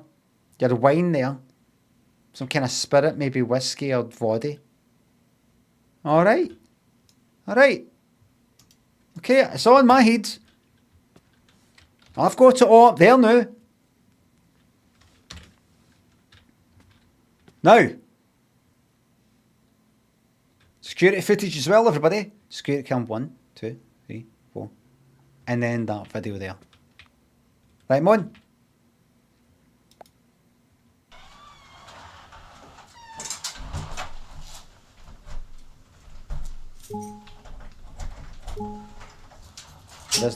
There's no AB in that thing. Hey, asshole! You like to hit women, huh? What are you talking about? Oh, no, Get your hands off what me. you I know what you did, Emma! Look, I don't know what she told you, but I didn't lay a finger on her. Oh, shut up and cut that shit! I know what you did. If you ever do that again, I will kill you. I will fucking kill you. Do you understand me? No, whatever! I will hit you! You got that? I will fucking hit you! You want to hit somebody? Hit me! Come on, hit me! That's what I thought, tough guy. Piece of shit.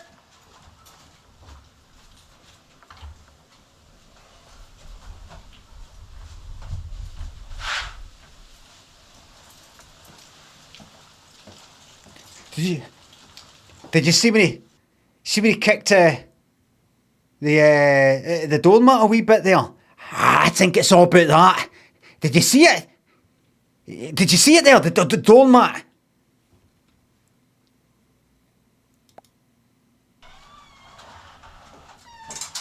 I'm not going to watch the whole lot. I just want to see this wee bit at the beginning.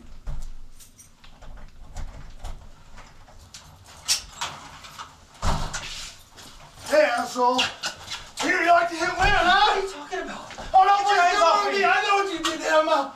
Look, I don't know what she told you, but I didn't lay a finger on her. Oh, shit. Right, so he's denying that. Right. Security cam 2. Footage 2. Emma? I've been really worried about you. Are you leaving him? Are you alright? We can talk later. I gotta go. Are you sure? Did something now just happen? Look, I said we can talk later. I gotta go. Okay, I got you. You go ahead, I'll get the suitcase. Okay.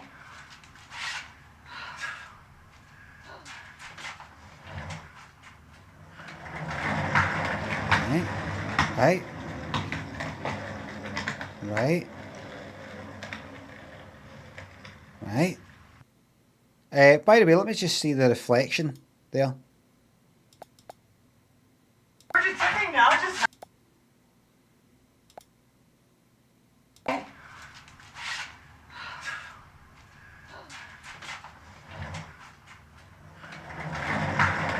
Oh, no, it's just reflection back there. Right.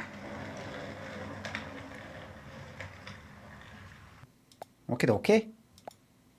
We're going to solve this case. And this is the next day.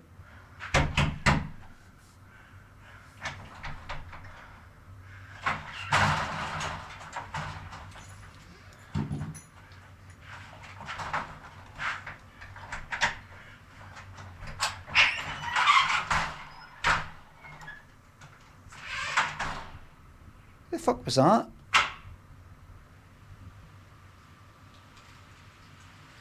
Was that the neighbour but where hell done?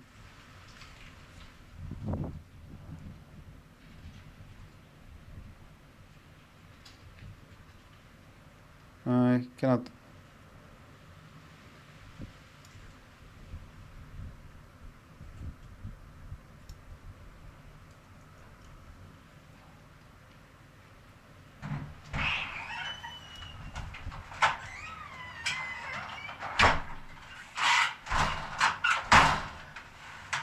Went in a hurry. Isn't he leaving in a hurry?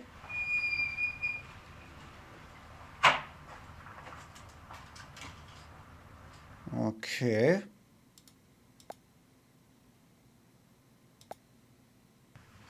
And on that same day, ex-husband comes back looking for the key.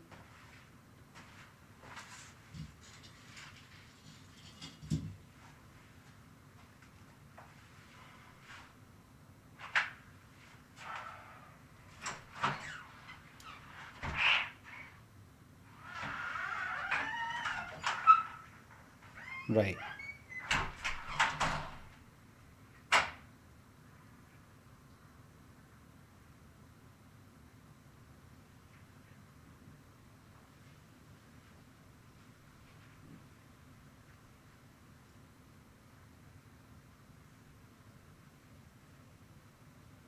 There's no camera up, no, that's for the interview stuff.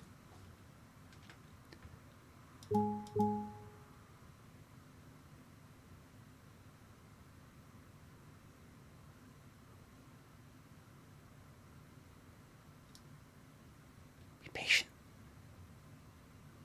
Be patient.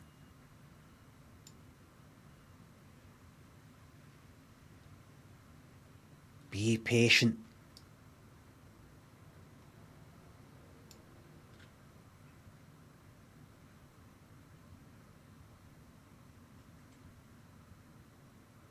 Alright, maybe no.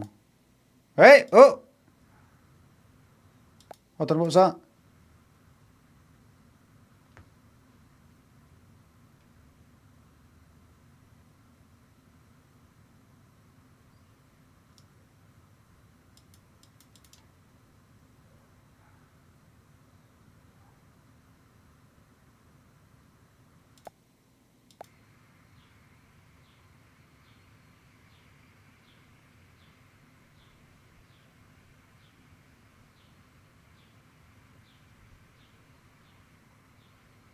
I'm assuming that if during this footage you hear a gunshot, then that would be in that fucking report.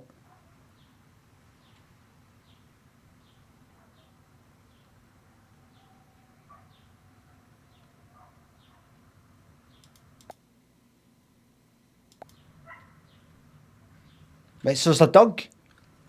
I heard a dog bark. And that hasn't been considered yet.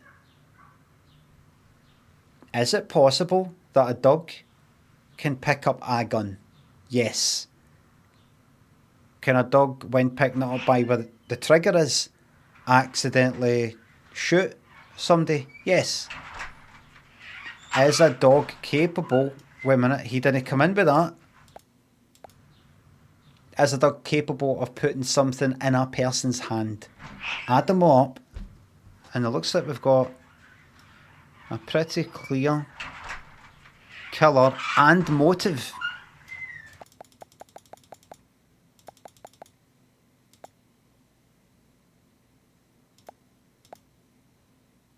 Most importantly, motive. Didn't come up in with a bag. Right. So we shall see. I mean, the woman that ran in and then went away kind of peacefully, she could have seen him lying there, having believed to have shot himself.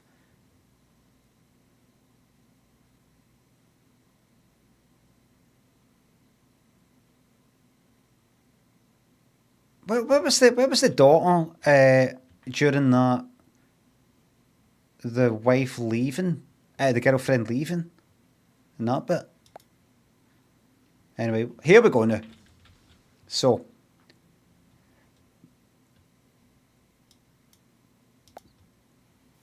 All right, Emma, we are recording. Today is September 19th. I am Detective Martin Ruiz. how's the volume with that speaking? Tubulus, I think's a sub. Shoot you the now with my meat musket, mate. Hoosier and J Radicals, Joe. Thanks to subs. Absolutely, just utterly tone deaf. Tubble, just utterly tone deaf. Right, here we go.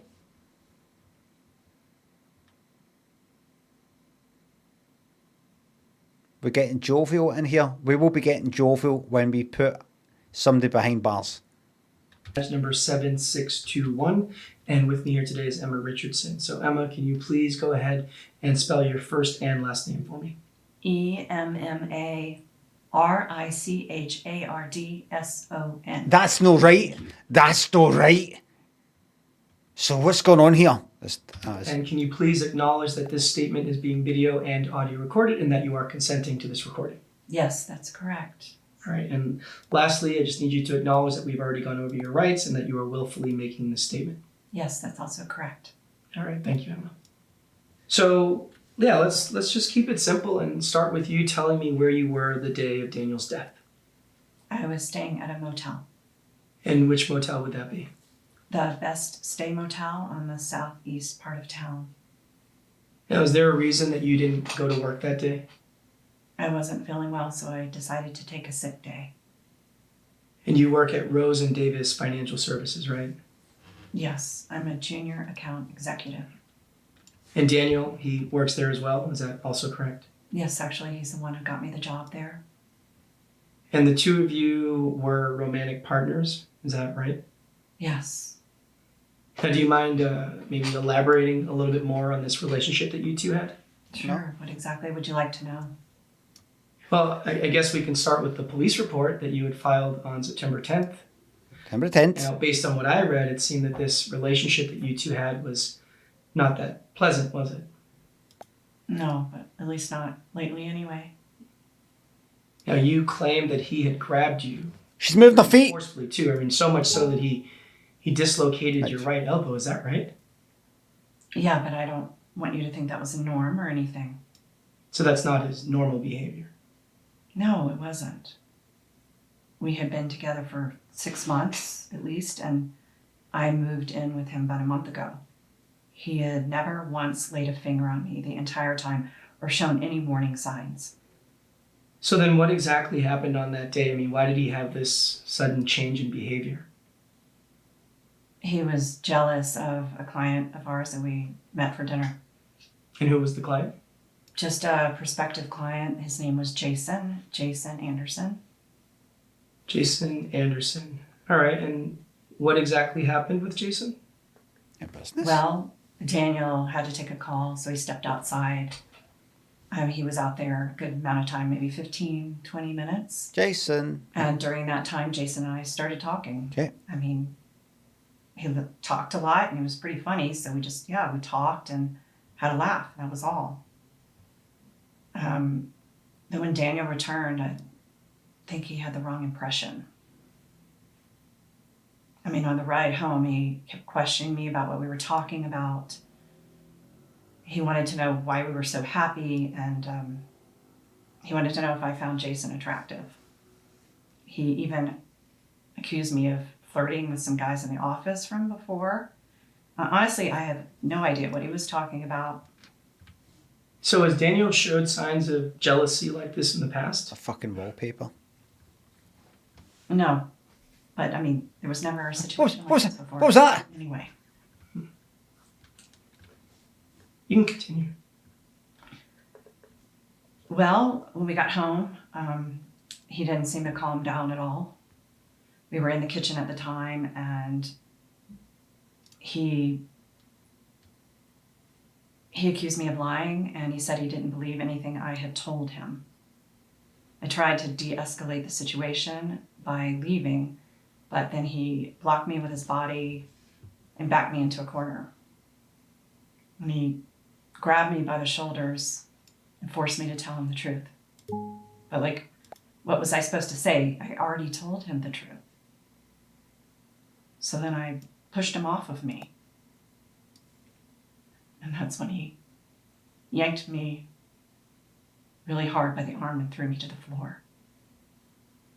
Oh my God, it hurt like hell. And then when I was on the ground, he kept yelling and screaming at me over and over. I mean, I can't even remember what he was saying. Was he drinking that night? No, the man hardly ever drank at all. I mean, I can't even remember the last time he had a drink. Now, according to the police report, your daughter, Rebecca, she was there when this had all happened. Is that right? Yes, she was upstairs in her room at the time, and she heard the arguing, so she came down to the kitchen to see what had happened. I mean, she asked me what happened, and I told her we had been in an argument. Then she asked me what I was doing on the floor, and I told her I had accidentally fallen. So why did you lie to her? I don't know. I was scared. I mean, it all happened so quickly. I couldn't even think straight. And what happened after that? Well, Daniel could see that I was really hurt, so he picked me up off the ground and took me to the hospital. On the ride there, he kept telling me how sorry he was, and he just kept apologizing over and over. He said he didn't know what got into him. And you believed him? Yes, I did. Really? It was a one-time thing. It was completely out of character. I didn't know what got into him. So yes, I did believe him. All right, and what happened after that? Well, he took me to the hospital and we checked in, and that's when I learned that my elbow was dislocated. Concentrate. Then Daniel left and Rebecca came to stay with me overnight. And then the next morning I had time to clear my mind, Mister. and I told Rebecca exactly what happened. So you told her that he had actually hurt you? Yeah, she wanted me to press charges with the police. I just missed that. My attention just went off for a wee second. So she got taken to the hospital, she says, by the boyfriends apologising, all the rest of it. Then what happened?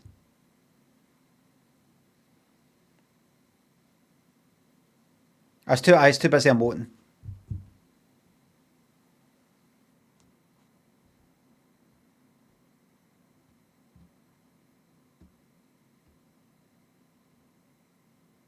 No, I found the elbow was dislocated. Then what happened?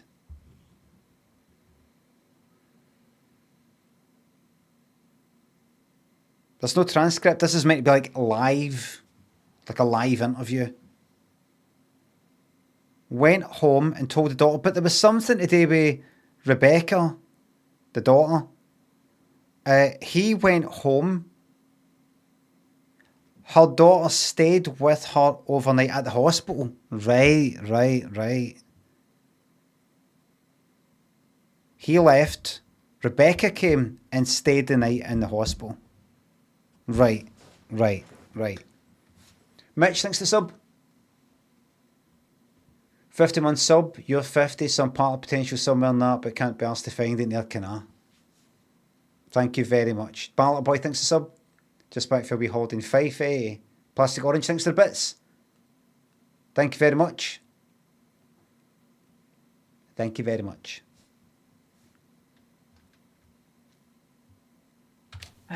Honestly, I was hesitant. I didn't want it to turn into a big thing. But this was a big thing, was it not? I don't know, maybe. I mean, it was a big enough deal that you felt the need to file a police report, right? But that was Rebecca's idea. But yes, I was released from the hospital. We stopped and got some pain medication for my arm. And then we went to the police and filed a report. Then we went to the motel, I checked in, and Rebecca left to stay with her dad. And her dad, that's Charles, right? Yes, Charles. So it was... Fucking missed it. I was thinking about something else there. She comes back home. And what was that about Rebecca going to stay with her dad? She goes to a motel. What exactly happened? I was thinking about something. My mind went to something else there for a wee second. So she came. Did she go straight for the hospital to the house and then the motel, or what?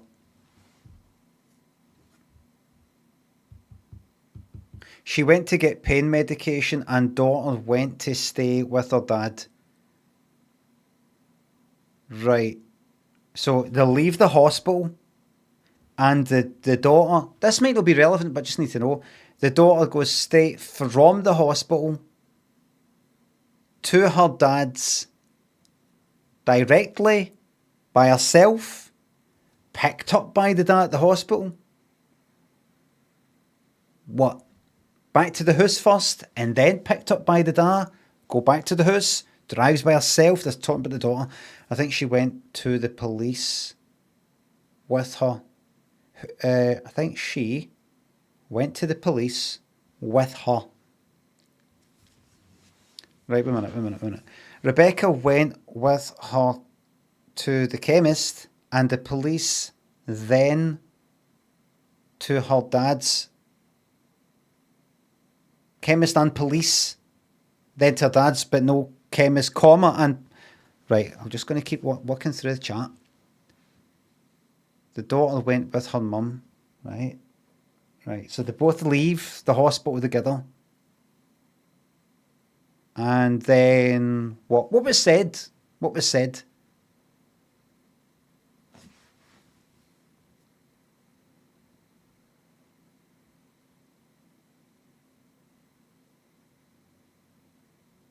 Maybe I don't need to really know this. I'll concentrate more, but if it just went like this, so we left the hospital. I went to the chemist to get pain medication, then went to a motel. My daughter went with her dad to her dad's house. Not to be confused with the boyfriend, because that's no... Something like that. But didn't really specify to the house and then there, or to the... Both at the chemist and then leaving the chemist. And, you know, when the party company, it won't be important. It might not be important. Comfy Kyle, thanks to sub. Picture this 72-year-old man, he's stumbling forwards, arm outstretched, his feet trying to catch up, his old legs are too slow, hits the concrete at the end. It's been overdone, the kind of old guy sort of falling down type of thing recently. It's been a victim of its own success, and it's absolutely fucked now, and it doesn't give me any joy whatsoever. Because as per usual, people have just fucking ran the party into the ground. Thanks, Comfy Cow, thanks to the sub there. The Clark Love, thanks to the sub. How you find your 50s and now you're a few days in? Very good, thanks. Very good. Right, concentrate, here we go. Here comes the science bit. Concentrate. We Angie, thanks to sub. Was Charles aware of the assault that had happened? Yes, I told him that night. Was anyone else besides Charles and your daughter Rebecca aware of the assault? The only other person was my neighbor, Janice. She must have heard the screaming because she texted to see if everything was okay. I wrote her back that same night and told her exactly what happened. Now, are you and your neighbor really close? Because, and this could just be a me thing, but that seems kind of a strange thing to tell a neighbor. Sure, somewhat, I guess. I mean, we look out for each other, you know, as neighbors are supposed to.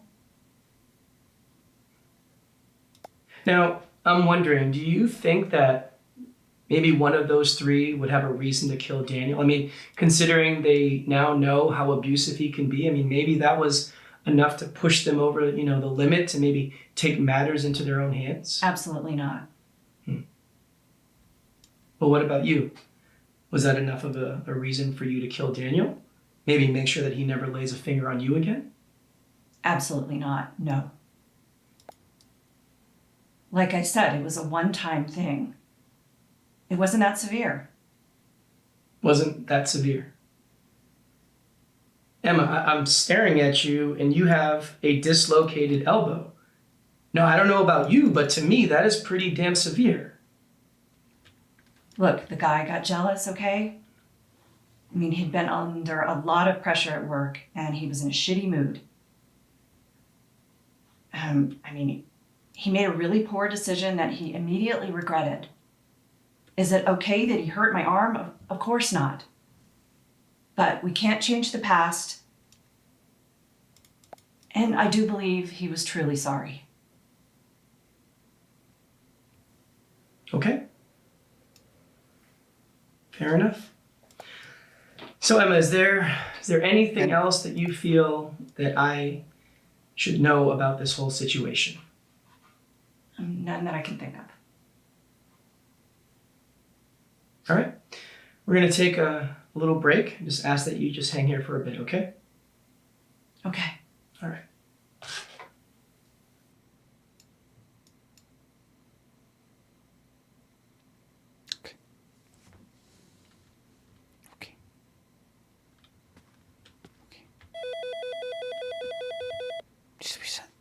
Martin, just try to... All right, okay. All right, you saw the interview. I did. You think she's being completely honest? I really can't say for sure. No, for sure. What I want to know from you is if you think she's telling the truth about how severe the abuse was. And I'm talking both physical and verbal. That's a major piece of this whole thing. Whether she's being honest or not will give us a decent idea on how to move forward with this investigation. So let's make sure we really judge this correctly. The right approach should get her to open up a bit more. I'll trust your judgment with that. Okay. You tell me, and that's how I'll proceed with her. All right. Yeah. No rush. Okay. Look over whatever you need to and call me back. Oh, well, I will. All right. Talk soon. I will. Right. Is Emma telling the truth about how severe the abuse was? Keep selection pressed to lock in your choice. Well, just gone by that interview. Just by the interview itself, I couldn't detect anything. You know, like where she slipped up and like said it was bad, and then later went, "Oh no, it was fine." It sounded to me like that was some sort of terrible fucking one-off, borderline accident type of thing, but an absolute one-off, and he was never like that, and all that sort of shit. I don't remember saying before, right?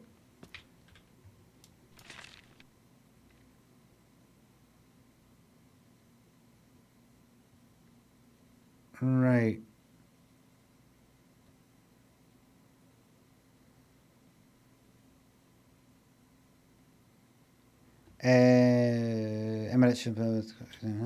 No eyewitnesses to the trip to the hospital. Aye, there'll be some fucking record though.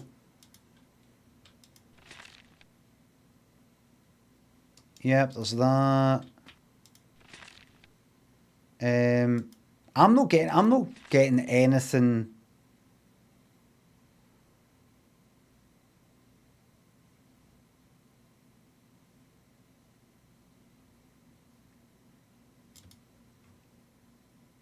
She said he doesn't drink that much, and there he is fucking wrecked. That's that's either an inconsistency or it's not an inconsistency. He just happened to get fucking wrecked that night.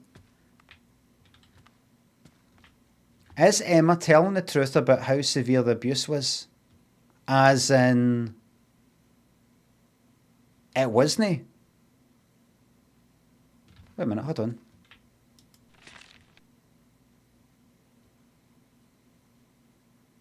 Oh, here! I saw this! Let's get this copied and let's get this copied and printed out here.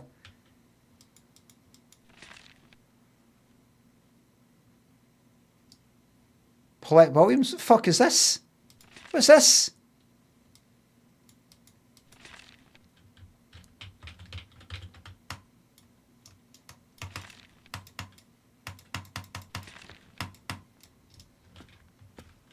Right, what? Right.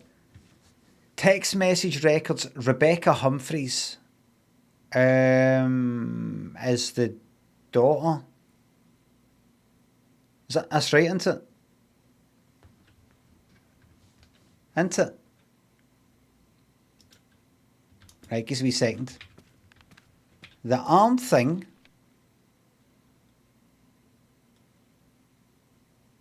The incident happened on the 9th of September. Right? 9th of the 9th. 9th of the 9th. Anything before that? There's anything to do with abuse or anything like that? Then that's that. Rebecca's the daughter. Am I right?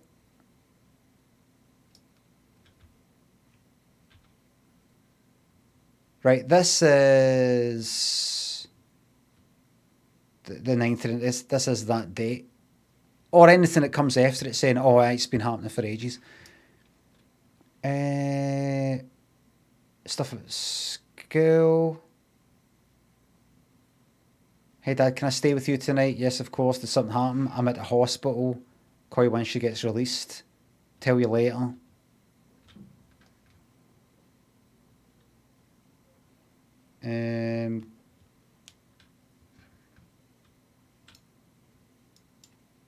Right, get you to the motel. All that. Yep. What's this then? This is Daniel's one. The dead guy. 9th of the 9th.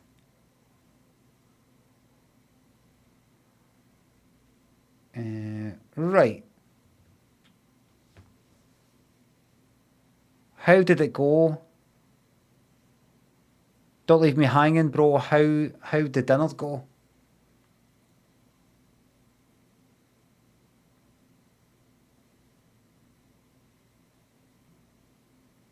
Right, so he's no getting back.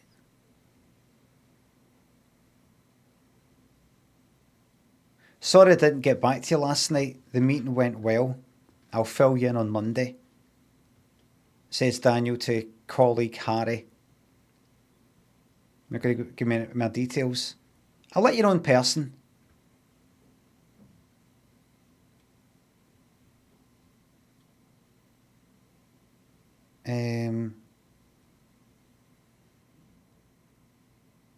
You still at the hospital? Did you get my text earlier? Anyway, the main thing is,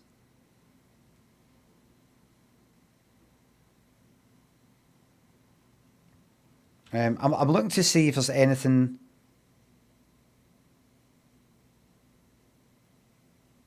that said this has happened before. I'm not going to look at anything else. Emma, 9th of the 9th, the day of the arm thing.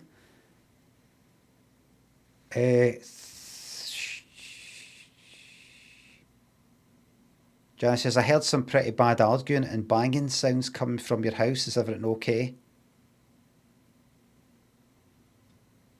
Right, so that.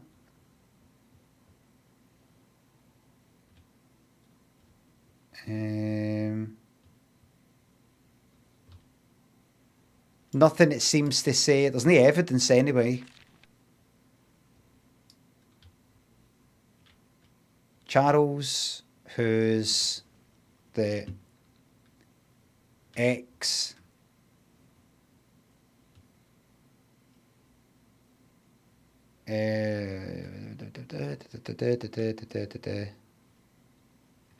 nothing it says this is the 10th time this has happened, this is the 3rd time this has happened, nothing like that.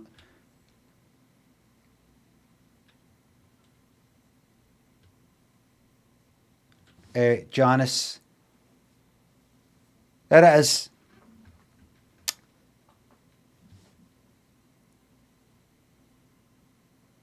And there it is. Janice the neighbour.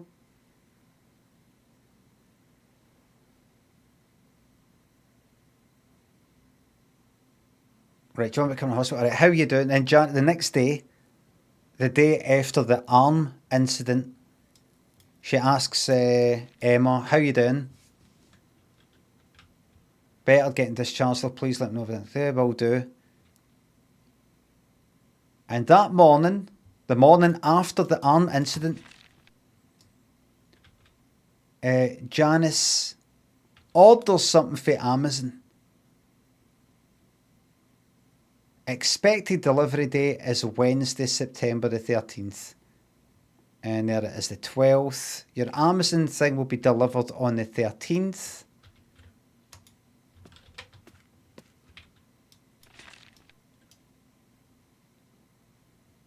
Yeah. On the afternoon of Friday. Right, that's no. When did they think the death happened?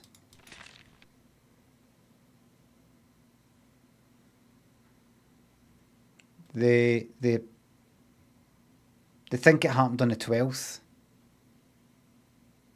but they don't know the time.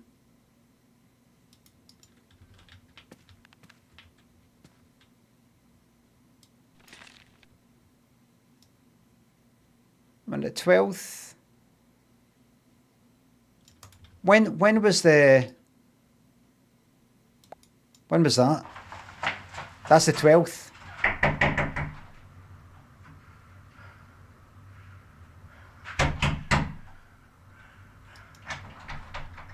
(9:00) on the 12th. Her delivery didn't come until 3:00 later that day. Right, so just anyway. So ignore that. Is Emma telling the truth about how severe the abuse was? Maybe there would have been other things for Janice. Maybe she would have told Janice. Maybe Janice would have heard something. Heard the shouting before. Maybe no. Is Emma telling the truth? There's no evidence to the contrary. I don't know if she's telling the truth. But just purely within the game mechanics, I will say yes. You can tell No, you can't.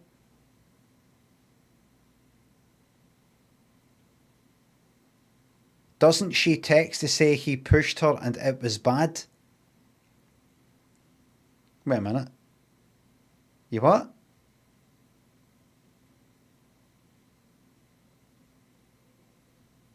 There were texts from Charles meeting her at hotel. And?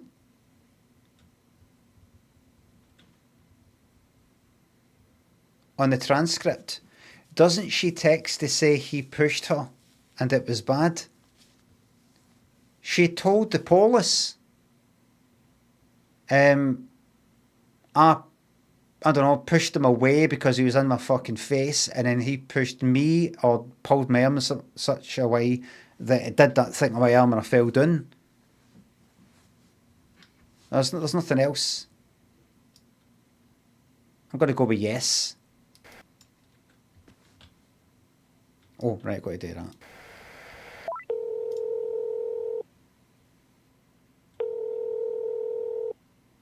Hello? Okay, so you think she's telling the truth about how severe the abuse was? I don't know.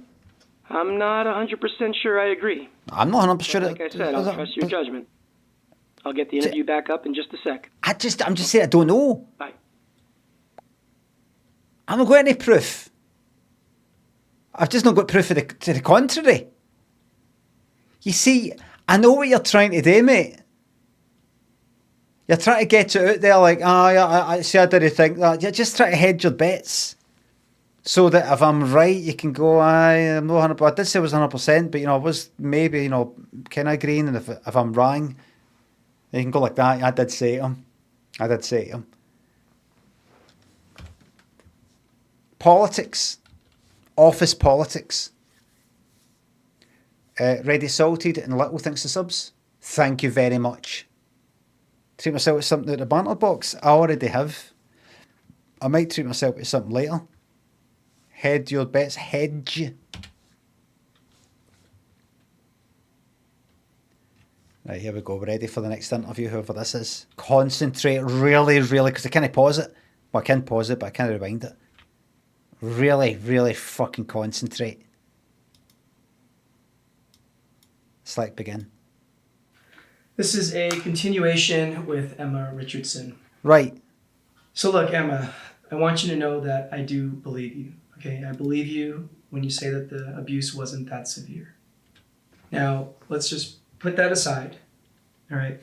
Is there anything else in regards to your relationship with Daniel that you feel I should be aware of? Anything at all? No, nothing I can think of. You sure? Yes, I'm sure. Okay. All right, then let's give you a break, okay? All right. See if this fucking game says to me, no, you were wrong there, or she wasn't telling the truth. How would I know that?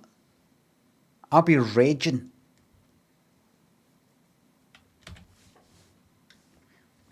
You got the bad ending. Right, phone call dickhead.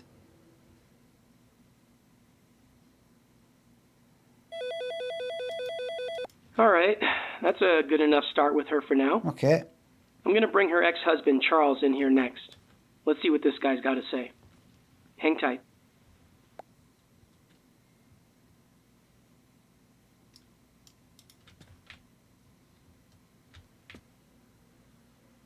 Who left this here?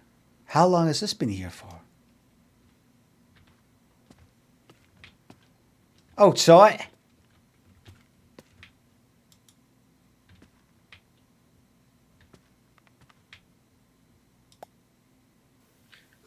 All right, Charles, we are recording. Today is September 19th. I am Detective Martin Ruiz, badge number 7621. And with me here is Charles Humphreys. So, Charles, we'll just start with you spelling your first and last name for me. Okay. Charles Humpries. Okay, well, I can just tell you right now that's wrong. It's not C-A, it's C-H. I I didn't say E. You did. You said C-E-A. I said C-H. Right, that's not what I heard. That's not what I heard. Remember, we're recording all this. We can play this back. In fact, let's do it. Play it back. C-H. Right. I hear it now. You can understand why I'm a wee bit jumpy here and make mistakes. I'm just really eager to get this sorted out and work out who did this. And we will work it out. I'll work it out. Right? Okay. I'll believe you this time. You don't have to believe me. You just played it back and agreed. Okay. Right? Don't be a smart arse. Or I'll start to wonder why you're being a smart arse. And can you please acknowledge that this statement is being video and audio recorded and that you are consenting to this recording? Yes, I do. And lastly, if you can please acknowledge that we have already gone over your rights and that you are willfully making this statement. I acknowledge. Yes, I do. All right. Yes, I do. So, Charles, let's just start with you telling me, why were you seen entering Daniel's house the day of his death? Well, I was doing a favor for Emma, right? I went there to pick up some items that she had forgotten, right? She didn't want to enter that house again, so I went there for her.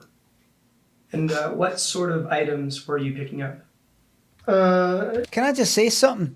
I'm impressed with the acting in this. Considering this is probably made on cheaply, and considering I have seen, you know, when you watch something in some program, you switch it on and you don't know yet if it's a documentary, like it's a police thing, right? And you don't yet know if it's a documentary or no, or a documentary or a drama or something. A kind of 24 hours in fucking police custody thing or something like that. You can sort of tell. You can tell with the film, you can tell with the camera and that. But if you forget about the camera and all the rest of it, and it looks the same, that you can't tell if it's like, let's say it looks like a documentary. It looks like they're really in filming an interview with some suspect, right? You just switch something on, right? By the way, I've not accidentally, I'm not just started watching something for fucking ages because our aerial's no fucking worked for ages, so I'd never stumble upon it. But when I did, I would watch something and go, oh, what's this then? Documentary. And then within about 5 fucking seconds, you know it's an actor. They act actory things. They just don't seem to be able to look like how a person actually is. Do you know what I mean? I don't know if it's because purely to speed things up, all the words are correct. There's no stumbling. They're clear when they're speaking. No mumbling, because that'd be a sign of bad acting. And the mannerisms are all they don't their eyes. They don't do the right things with their eyes. He seems to that guy I heard before the way kind of looking a bit. They're looking uninteresting.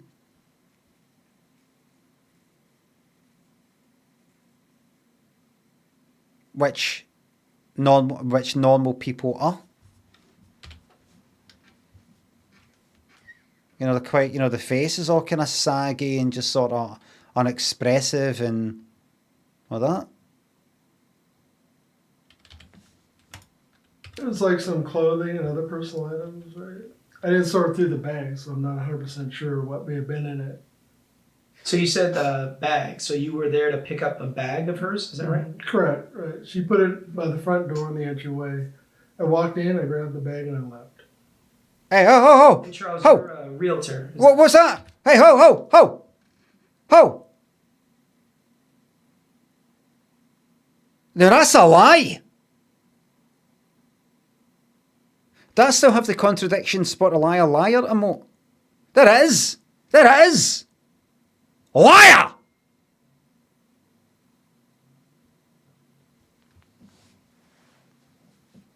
Ryan thinks a sub. Jonesy and Novice. Little thanks for subs. Thank you very much.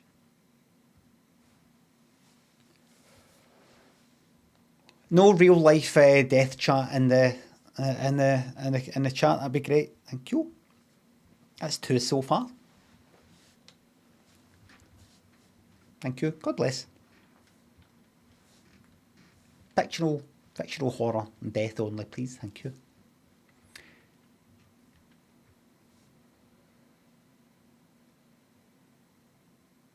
No, I didn't lie. Because you did lie. Could you let me finish? I did lie. You just said you didn't. Because what I was going to say was I didn't lie. You did. You just said you did. I didn't lie because of the reason. Because the reason was that I killed him. You admit the reason was you killed him. But that's not the reason why you lied. I lied about, like, picking the bag up for outside when I actually got the bag for the inside, because actually, see, when I went in, I saw that he was already, like, you know, he was lying there shot. And I thought maybe that was my ex-wife that did it, and I didn't want to, you know, alert the police. And I thought I'd grab the bag, get out of there, and act like I haven't seen it. And that's why I lied. I just wanted it'll be that. Yes, that's correct. So that means you get to pretty much set your own hours, right? To an extent, sure. Now, you didn't have any appointments or any meetings? Oh, wait. Did he say that he normally gets the bag that's sitting outside, bag of stuff, or on that occasion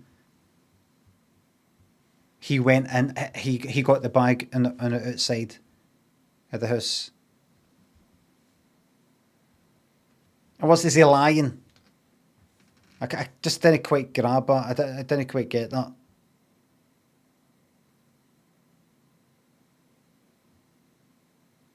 He said she left it on the porch, so he went in and grabbed it. Makes no sense. No, what I'm asking is, I thought he said, I was grabbing a bag of, like, clothing or stuff for, say, Rebecca, probably, right? The daughter, to take back to the house. And I got it from the porch. Just grabbed it and left. There you go. If he's talking about that we just saw, the video camera, then we know that's not true, because he went in. But did I maybe not hear that right? And he's just saying that's what he normally does if he does need to get something. It's on the porch. Or was he actually talking about that time there that we know he's lying about? Salt and vinegar grab bag, well fucking said. The fuck is a grab bag anyway? I mean, why is it called a grab bag? Job bag? Let's just move on. No, I don't want to talk about it. That is correct. So, did you see Daniel when you went inside Right, the house? stop with that particular. No, I didn't. I didn't see his car in the driveway either, so I just assumed he wasn't home. But look, I didn't even go in the house. I just went in the entryway, I grabbed Emma's bag, and I left. That's it. Now, are you aware that Daniel had been killed on that day and that his body was found inside that house? He said the entryway. He said he went into the entryway, as in the porch thing. Is it the porch called the entryway? Or is that what they fucking called the hall? In America, you know, you open the door. There's a entryway be inside. I mean, is he just contradicting himself right there? He wouldn't have, because he would the police would say, "What are you on about?" Aye, he's lying either way. Aye, because he was in for quite a while. I'm aware of it now, but at the time, no. I wasn't aware of it at the time. So what do you know about Daniel's death? I know that he was apparently shot and killed. I'm also aware it possibly could have been a suicide, that he took his own life. Do you believe that? Do you believe that he took his own life? Certainly seems like a possibility, yeah. So how well did you actually know Daniel? Not well at all. I mean, I mostly knew about him through Rebecca. Right? I only personally met him a few times. A few times that I did meet him in person, I mean, he seemed like a pretty cool guy, right? He was friendly and upbeat, you know? Just a good all-around guy. It wasn't until much later that I learned about him abusing Emma. Needless to say, that changed my opinion of him real quick. Yeah, I could imagine. Did you confront him at all? So tell me about Emma. What is your relationship like with Emma? Emma and I are on pretty good terms, all things considered. Right? Like, we were married for almost 20 years. You know, we had Rebecca. Everything was going really well. But, I mean, slowly things just didn't work out like we had hoped. So we got divorced about 2 years ago. I mean, it wasn't an ugly divorce or anything like that. But we both agreed that it wasn't working out. So we decided to call it quits. Right? And here we are. So do you still stay in touch with her? It's not like we're best friends or anything like that. But we have a daughter together. So, yeah, we are in touch from time to time. And do you still care for her? Not in a romantic way, no, but as a person and the mother of my child, yes, I absolutely do care about her. So would you be willing to do anything for her? What, like murder? Yes, Charles, like murder. No, of course not. Look, I would be willing to do almost anything for her because I still care about her. But murder, no, absolutely not. No, yeah. So you're telling me that you did not kill Daniel when you went inside that house? No, of course not. Look, I told you I didn't even see the guy, but if I did, I'm not going to kill him. See, when you went inside the house, so he is saying that he went in this thing called the entryway. Right, he's not denying. But he did say that I went in, grabbed the bag, went out, when he was in for ages. Would you murder? Listen, I'm telling you right now, mate, I know for a fact I didn't murder anybody. I know for a fact I'm not a traitor. I know for a fact I'm faithful. I used to love when they said that in the trailers. I know for a fact I'm faithful. As if that's convincing in any way. Are you sure? I'm 99% sure I'm faithful. I know for a fact I'm not a traitor. Alright then. If you know for a fact, then alright. So what about Emma? You think that maybe Emma killed Daniel? I mean, she's got more reasons to kill him than anyone else. No, Emma didn't kill Daniel. That's ridiculous. And how can you be so sure about that? Because she's not a killer. She's like the sweetest person I know. Well, what if she maybe hired someone or got some help? You don't think that that's possible? No, I don't think that's possible. Well, look, Charles, the reality is that somebody killed Daniel, okay? That is a fact. Now, we know that Emma has been on the receiving end of his abuse. All right? Now, that has got to be scary as hell for her. Okay, now, Charles, I'm not saying that Emma killed Daniel, okay? But, Charles, we at least have to entertain the idea that maybe she wanted him dead. Now, I don't think that that's far-fetched at all. Hell, Charles, I have seen people killed for far less.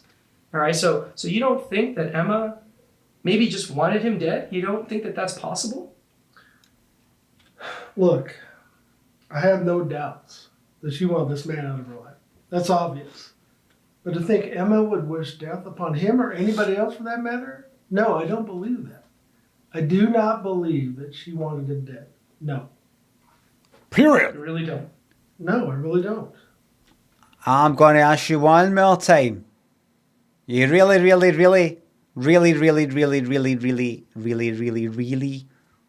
don't? Really? Really? Okay. All right, Charles, we're going to take a short break, all right? Just ask that you sit here for a bit and I'll be right back, all right? Yeah, no worries. You stay put and listen, no farting. Because we've got the camera on okay. Got this place mic'd up okay. No farting.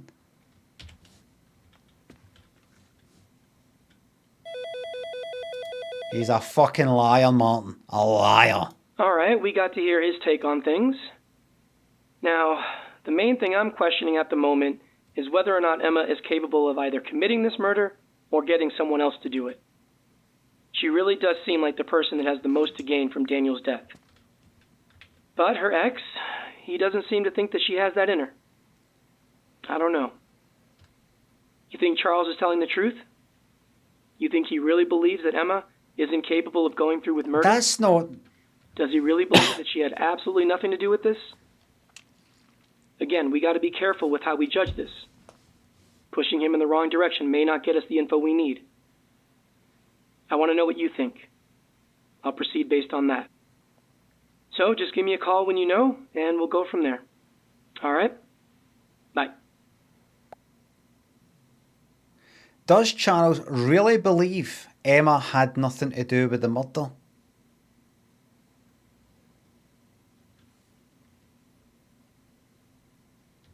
Well, he might have fucking done it. How do we know? He might have done it. Does Charles really believe Emma had it? He saw the body? Aye, because he might have fucking done it. But where was the opportunity for the fucking gunshot?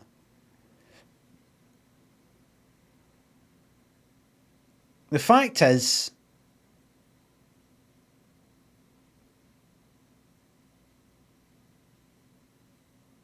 see, whenever the shooting was, it wasn't during him going in like that, because you would have heard it.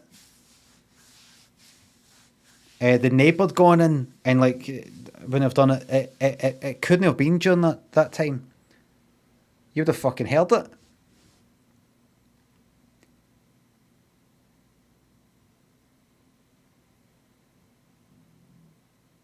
Does Charles really believe Emma had nothing to do with the murder?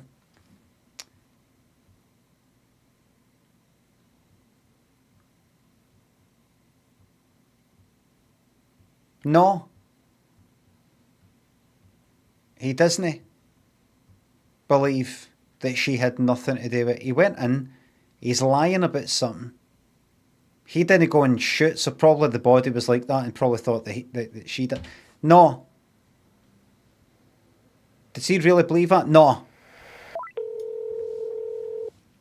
He did not believe that she was not incapable. Hey. Okay, so you don't believe him, huh? Don't believe him. You think he believes Emma's capable of being connected to this somehow? I think so. All right. Let's test that theory. He's covering. I'll get the interview back up. Talk to you later. I'll tell you what's happened, mate. I'll tell you what's fucking happened. I'll tell you right now what's happened. I think they're all involved. I think Emma shot him. And that's that. But then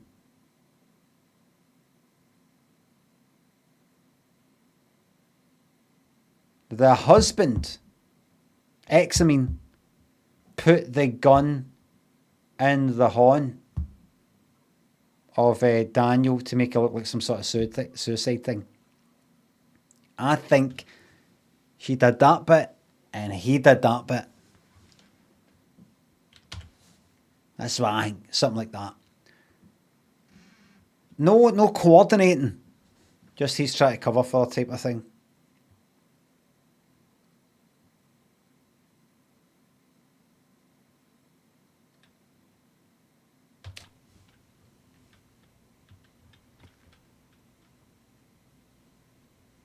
Right, I'm fucking ready. Right. Right, time to put the fucking the fire under him. Let's stick a fucking fire under him. Here we go. Right. Charlie boy. Charlie.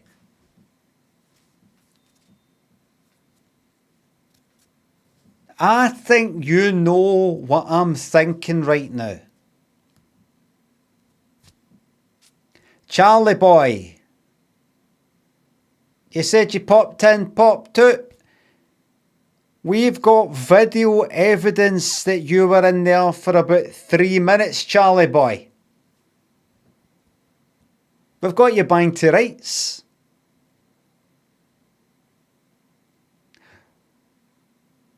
Why don't we start again? Put this behind us. Water under the bridge. And you just tell us the truth.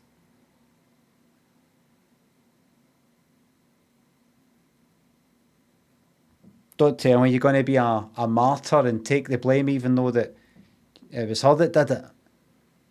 You want to do the time? Make you feel better? We're happy to fucking clear this up. You want to confess? There, I don't fucking care. Charlie boy. You're a fucking liar, you, eh? You're Charlie boy. You're a fucking liar.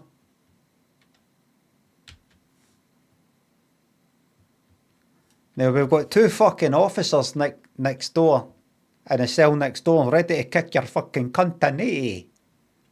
If we don't get the truth, eh? We've got 2 officers, 2 of the big boys next door. One's called Tiny. The other one's called Teensy. Teensy and Tiny are going to kick your fucking cunt in, eh? This is a continuation with Charles Humphreys. So, Charles, I'm going to be straightforward with you, okay? I do not believe you. You don't believe what exactly? Well, I don't believe that you really feel that there is no way that Emma could be connected to this murder. Now, given the facts that we currently have, it certainly seems to be the most logical thing. Now, surely you have to agree with that. No. I don't. And don't call me Shirley.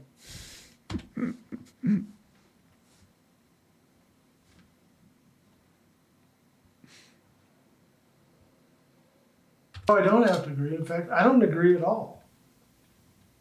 Charles, can we cut through the bullshit?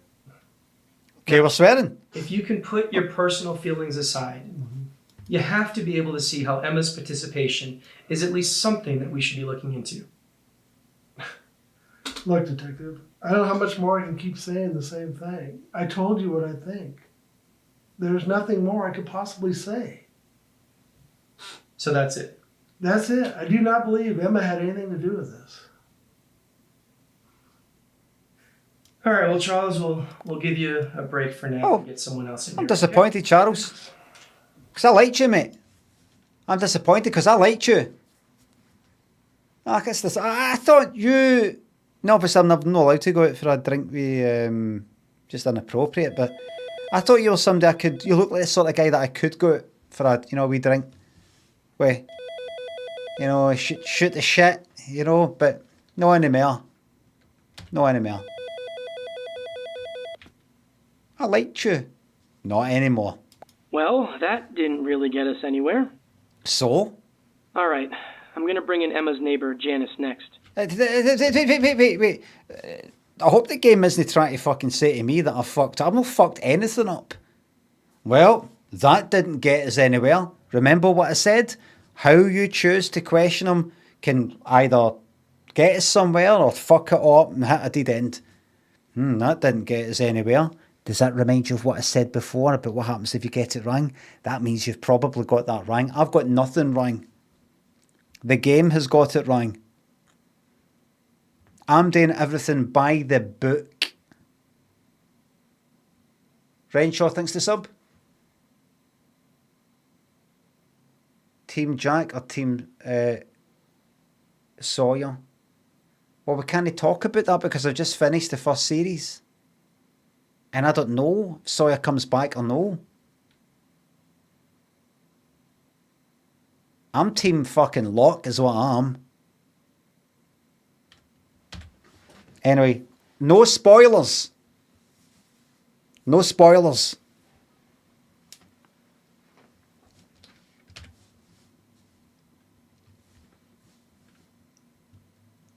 See what she has to say. All right, here's a neighbour we'll then. get some more insight as to what actually happened. All right, here we go. All right, let me go get her. On you go. Hang right. tight. Well, I'll wait. I'll hang a bit.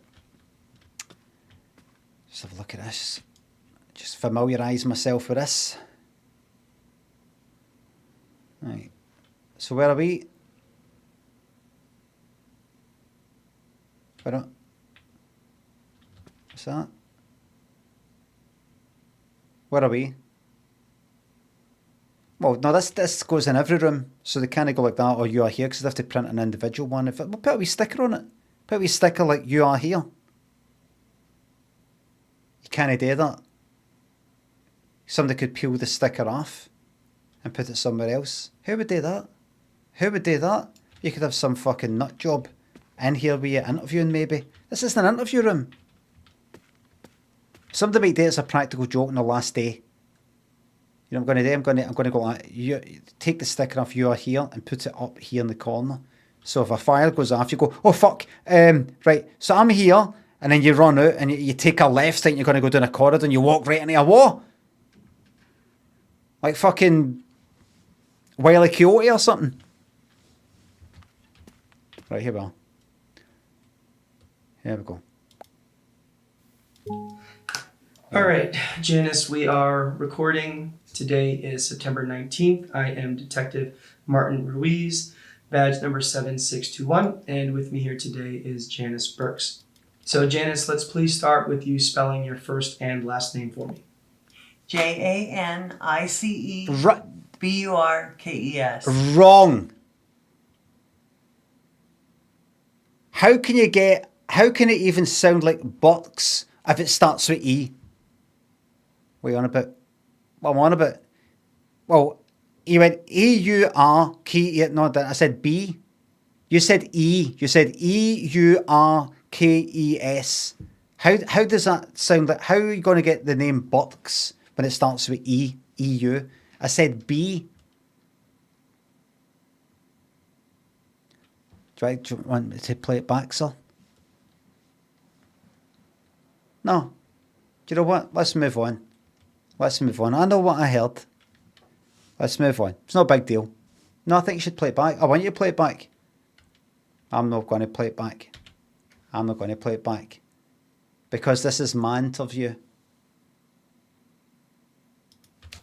And can you please acknowledge that this statement is being video and audio recorded and that you are consenting to that recording? Yes, sir. I do consent. And lastly, please acknowledge that we have already gone over your rights and that you are willfully making this I statement. acknowledge. Yes, sir. We've already gone over my rights. Well, thank you, Janice. So let's just start with a little bit of context here now. You live next door to Daniel Murphy and his girlfriend, Emma Richardson. Is that correct? Yes. Yes, sir. That's correct. And about how long have you lived at that residence? Oh, I've lived there about 1.5 years, sir. And prior to that, you had spent some time in prison. Is that right? Yes, sir. 9 years. And that was for murder, correct? Yes, sir. You mind telling me what happened? Well, it's not a very complicated story. My husband at the time was very violent, very physical with me, and it had been going on a lot longer than I care to admit. You jumper? One night, he beat me up pretty bad. Seemed like he was never going to stop. So, I stopped him. That's it. And how is life treating you these days? You brought me in. Have you brought me in to ask me how life's treating me these days? Officer, what is this? Officer, what is this? I'm doing very well, thank you. How are you? What did you have for dinner last night? I'm a very busy woman. Why am I here? Because I try to investigate the murder. Oh, fuck, that's right. Yeah, yes, of course. Yes. Just wondering why it's got a crease. The jumper's got a crease in it. Can't complain, sir. I'm alive. I'm healthy. I got a steady job. Erudite and the Grundit Baxter, thanks to subs.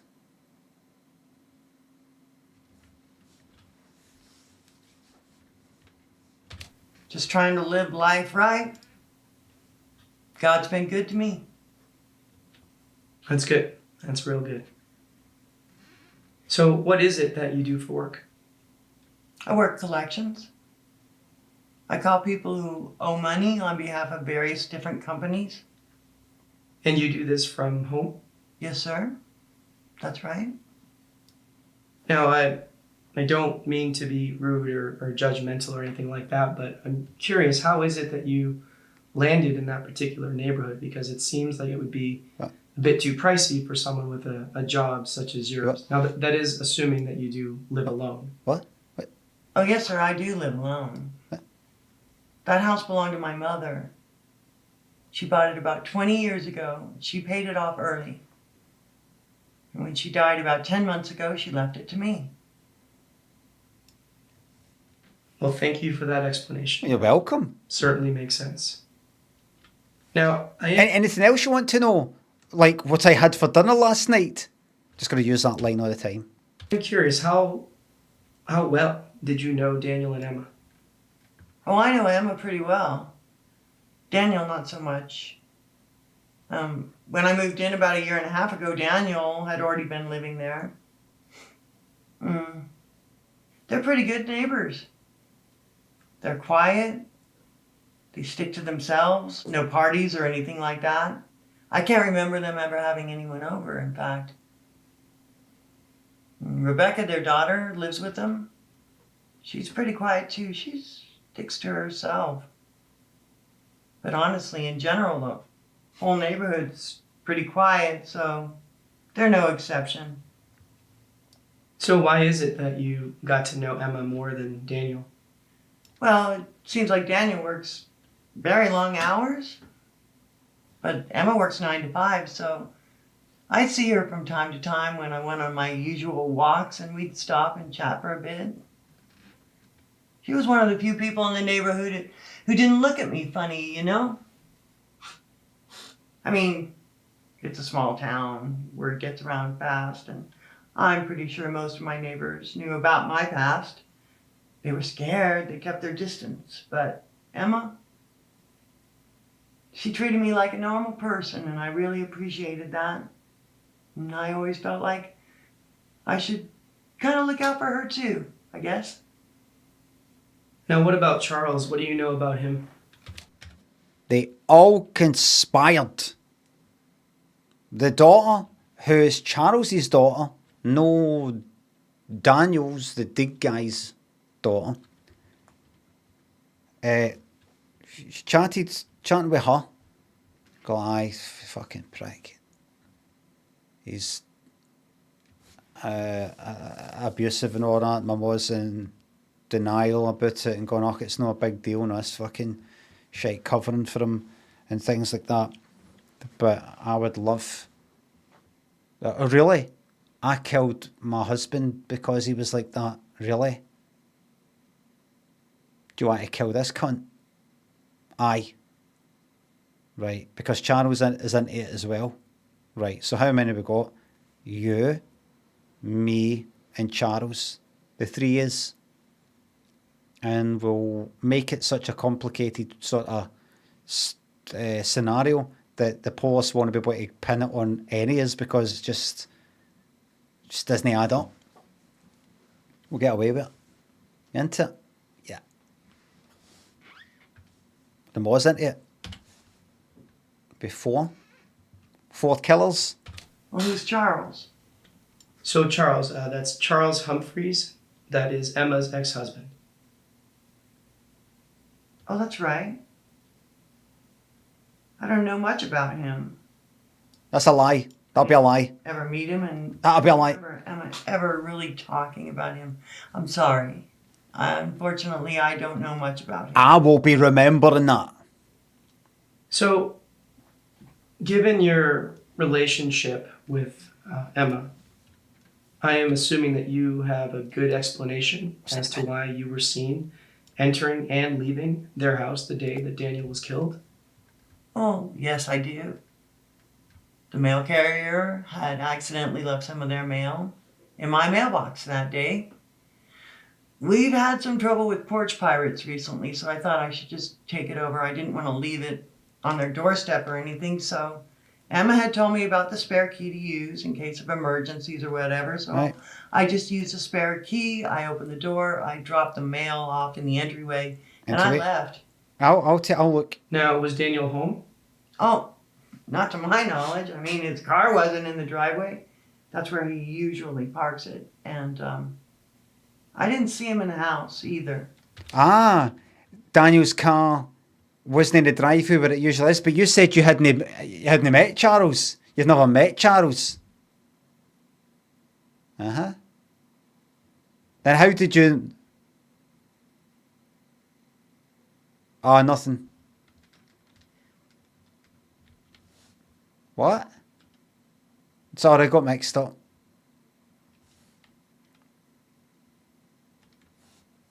Aha! If it wasn't in the driveway, then how come you're able to bring the letters down that were delivered to your address that should have been sent there? What? How were you... I'll move on, but there's just something, though, there's something fishy here. There's something, though... Never mind. Raoul Duke thinks a sub. A great sub message, very amusing. Conway thinks a sub.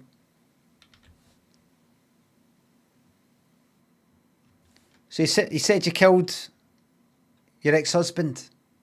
Abusive guy. Yeah. Then how come? How do you explain you coming down with letters that were delivered to the wrong address then? I'm sorry, I don't get you.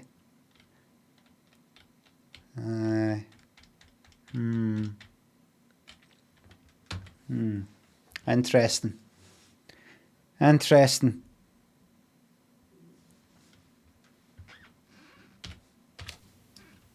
Now, Janice, are you aware that Daniel had been shot and killed and that his body was found in that house? Yes, officer. I was aware of that. The whole neighborhood was aware of that. And so you didn't see him or his dead body when you went into that house to drop off that mail? Oh, no. I mean, like I said, I just went in, dropped the mail off in the entryway, and then I left. That's funny, because... Janice, did you really go into that house to drop off mail? Yes, officer, I really went into that house to drop off mail. Stop. Oh, can I pause it? That's right. All right. Well, look, Janice, we are going to take a real short break. I ask that you just sit here for a second. I will be right back, okay? Okay. All right. Janice, at the beginning of this interview, I asked you to spell your name. Spell it again for me. Janice B. What was that? B.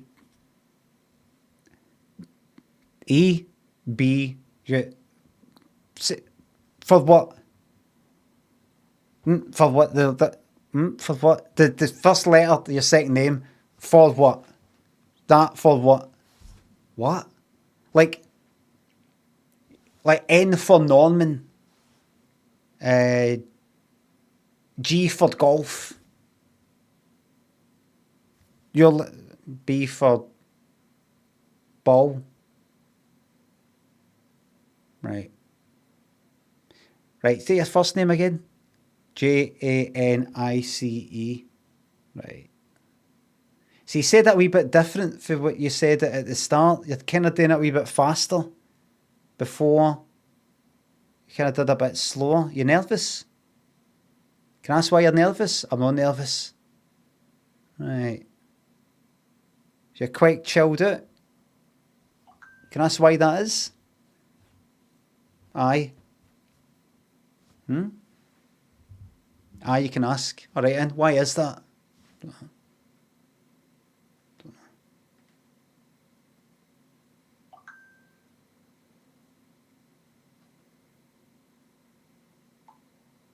Fucking hell, man. Get that deleted.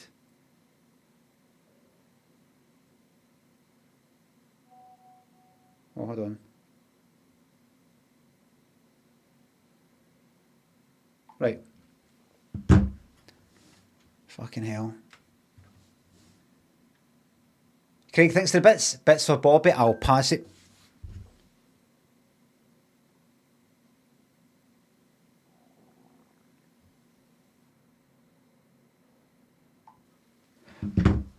All right.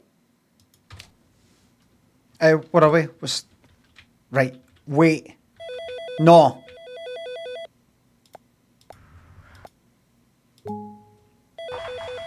Oh, hey, ho, ho. Oh, where's the letters? You liar. No letters.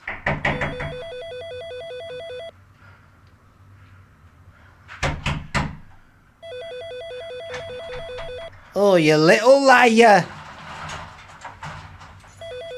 That's a right cannon and ball thing, that by the little liar. Oh, Okay, liar. we met the neighbor. I'm curious to know what you think about this Janice lady. Absolute liar. You buy that story that she entered the house to drop off Nope. the mail? Thank you for telling. Let me know if you think she's lying. Thank you continue based for on that. asking me a question that I can actually answer decisively, conclusively. Is Janice telling the truth about dropping off the mail? No, because we can see clearly. Whereas the other questions, you can't tell. Unless I've missed something.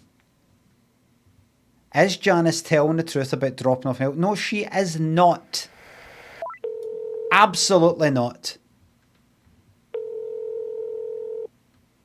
Hey, so you don't buy that story, huh? No, I don't, because I've got evidence, Me mate. neither. It's a bit too perfect. It's not too perfect, it's a lie. After reviewing that security footage again, her actions don't seem to match up at all. Well, it seems fucking... Let's see if we can find out the real reason she entered that house. It's seeming about it. Interview's back up in just a few. I would like to know, see the other two questions, if I answered them incorrectly, how would I know that, how could I be sure to be right? What was the evidence? Chloe, thanks for sub. Thank you very much. Let's fucking go then. Wave after wave. This is a continuation with Janice Burks. Now, Janice, according to you, the mail carrier had dropped off their mail at your mailbox by accident. Aye. And then you, I guess being the good Samaritan that you are, decided to bypass these potential porch pirates. Is that right? Aye. And took that mail and you brought it directly into their home. Is that correct? Yes, that's correct. So, Janice, what kind of mail was this? If I remember correctly, it was just a few envelopes, I believe. So just a few envelopes. So why the urgency to drop off just a few envelopes? You couldn't wait until they got home? I guess I could have. I didn't really give it that much thought. I just saw that I had their mail and I thought I'd bring it over to No time like the present. Janice, you are lying to me. What do you mean, sir? I mean that there is absolutely nothing that supports your statement whatsoever. This is what it's like. This is how you feel when you get caught lying, isn't it? Mail What? is no reason to go inside of their home. You could have simply just held on to their mail, Janice. That there, isn't it? And please don't tell me that you were concerned with porch pirates, because porch pirates are looking for packages, okay? Things that have actual value. They're not just looking for regular mail. The camera shows she's no fucking got it. Janice, if you're going to lie to me, come up with something like I don't know, like there was a check in the mail or something like that, because then it would be a little bit more believable. Now, Janice, you are still on probation. Is that correct? Yes, sir. Now, do you think that lying to a detective who is trying to solve a murder case, do you think that is going to be helpful? Hold on, folks. Hold on.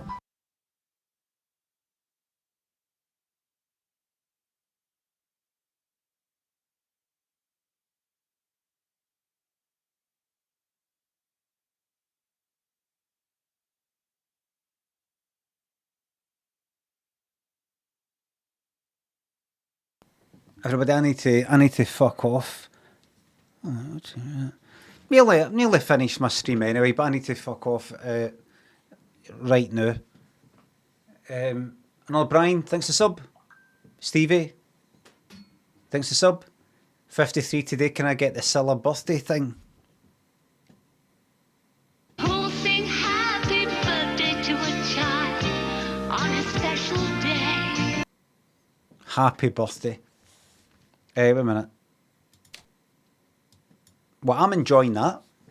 I need to fuck off. It's something to do with a phone call. I need to jump in a fucking taxi and fuck off. I'll be back tomorrow. 9:30 to 1:30. Picking up that game. I'm enjoying that.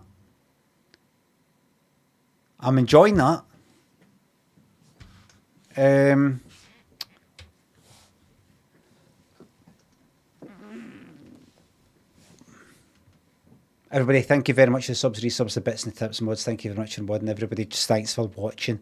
And a special shout out to Up, Down, Left, Ryan, who's the top gift subber of the week so far at 2 gift subs.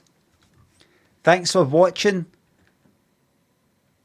And I'll see you tomorrow. Sorry for having to cut the stream short by what was that? 2.5 minutes. Bye. Ew!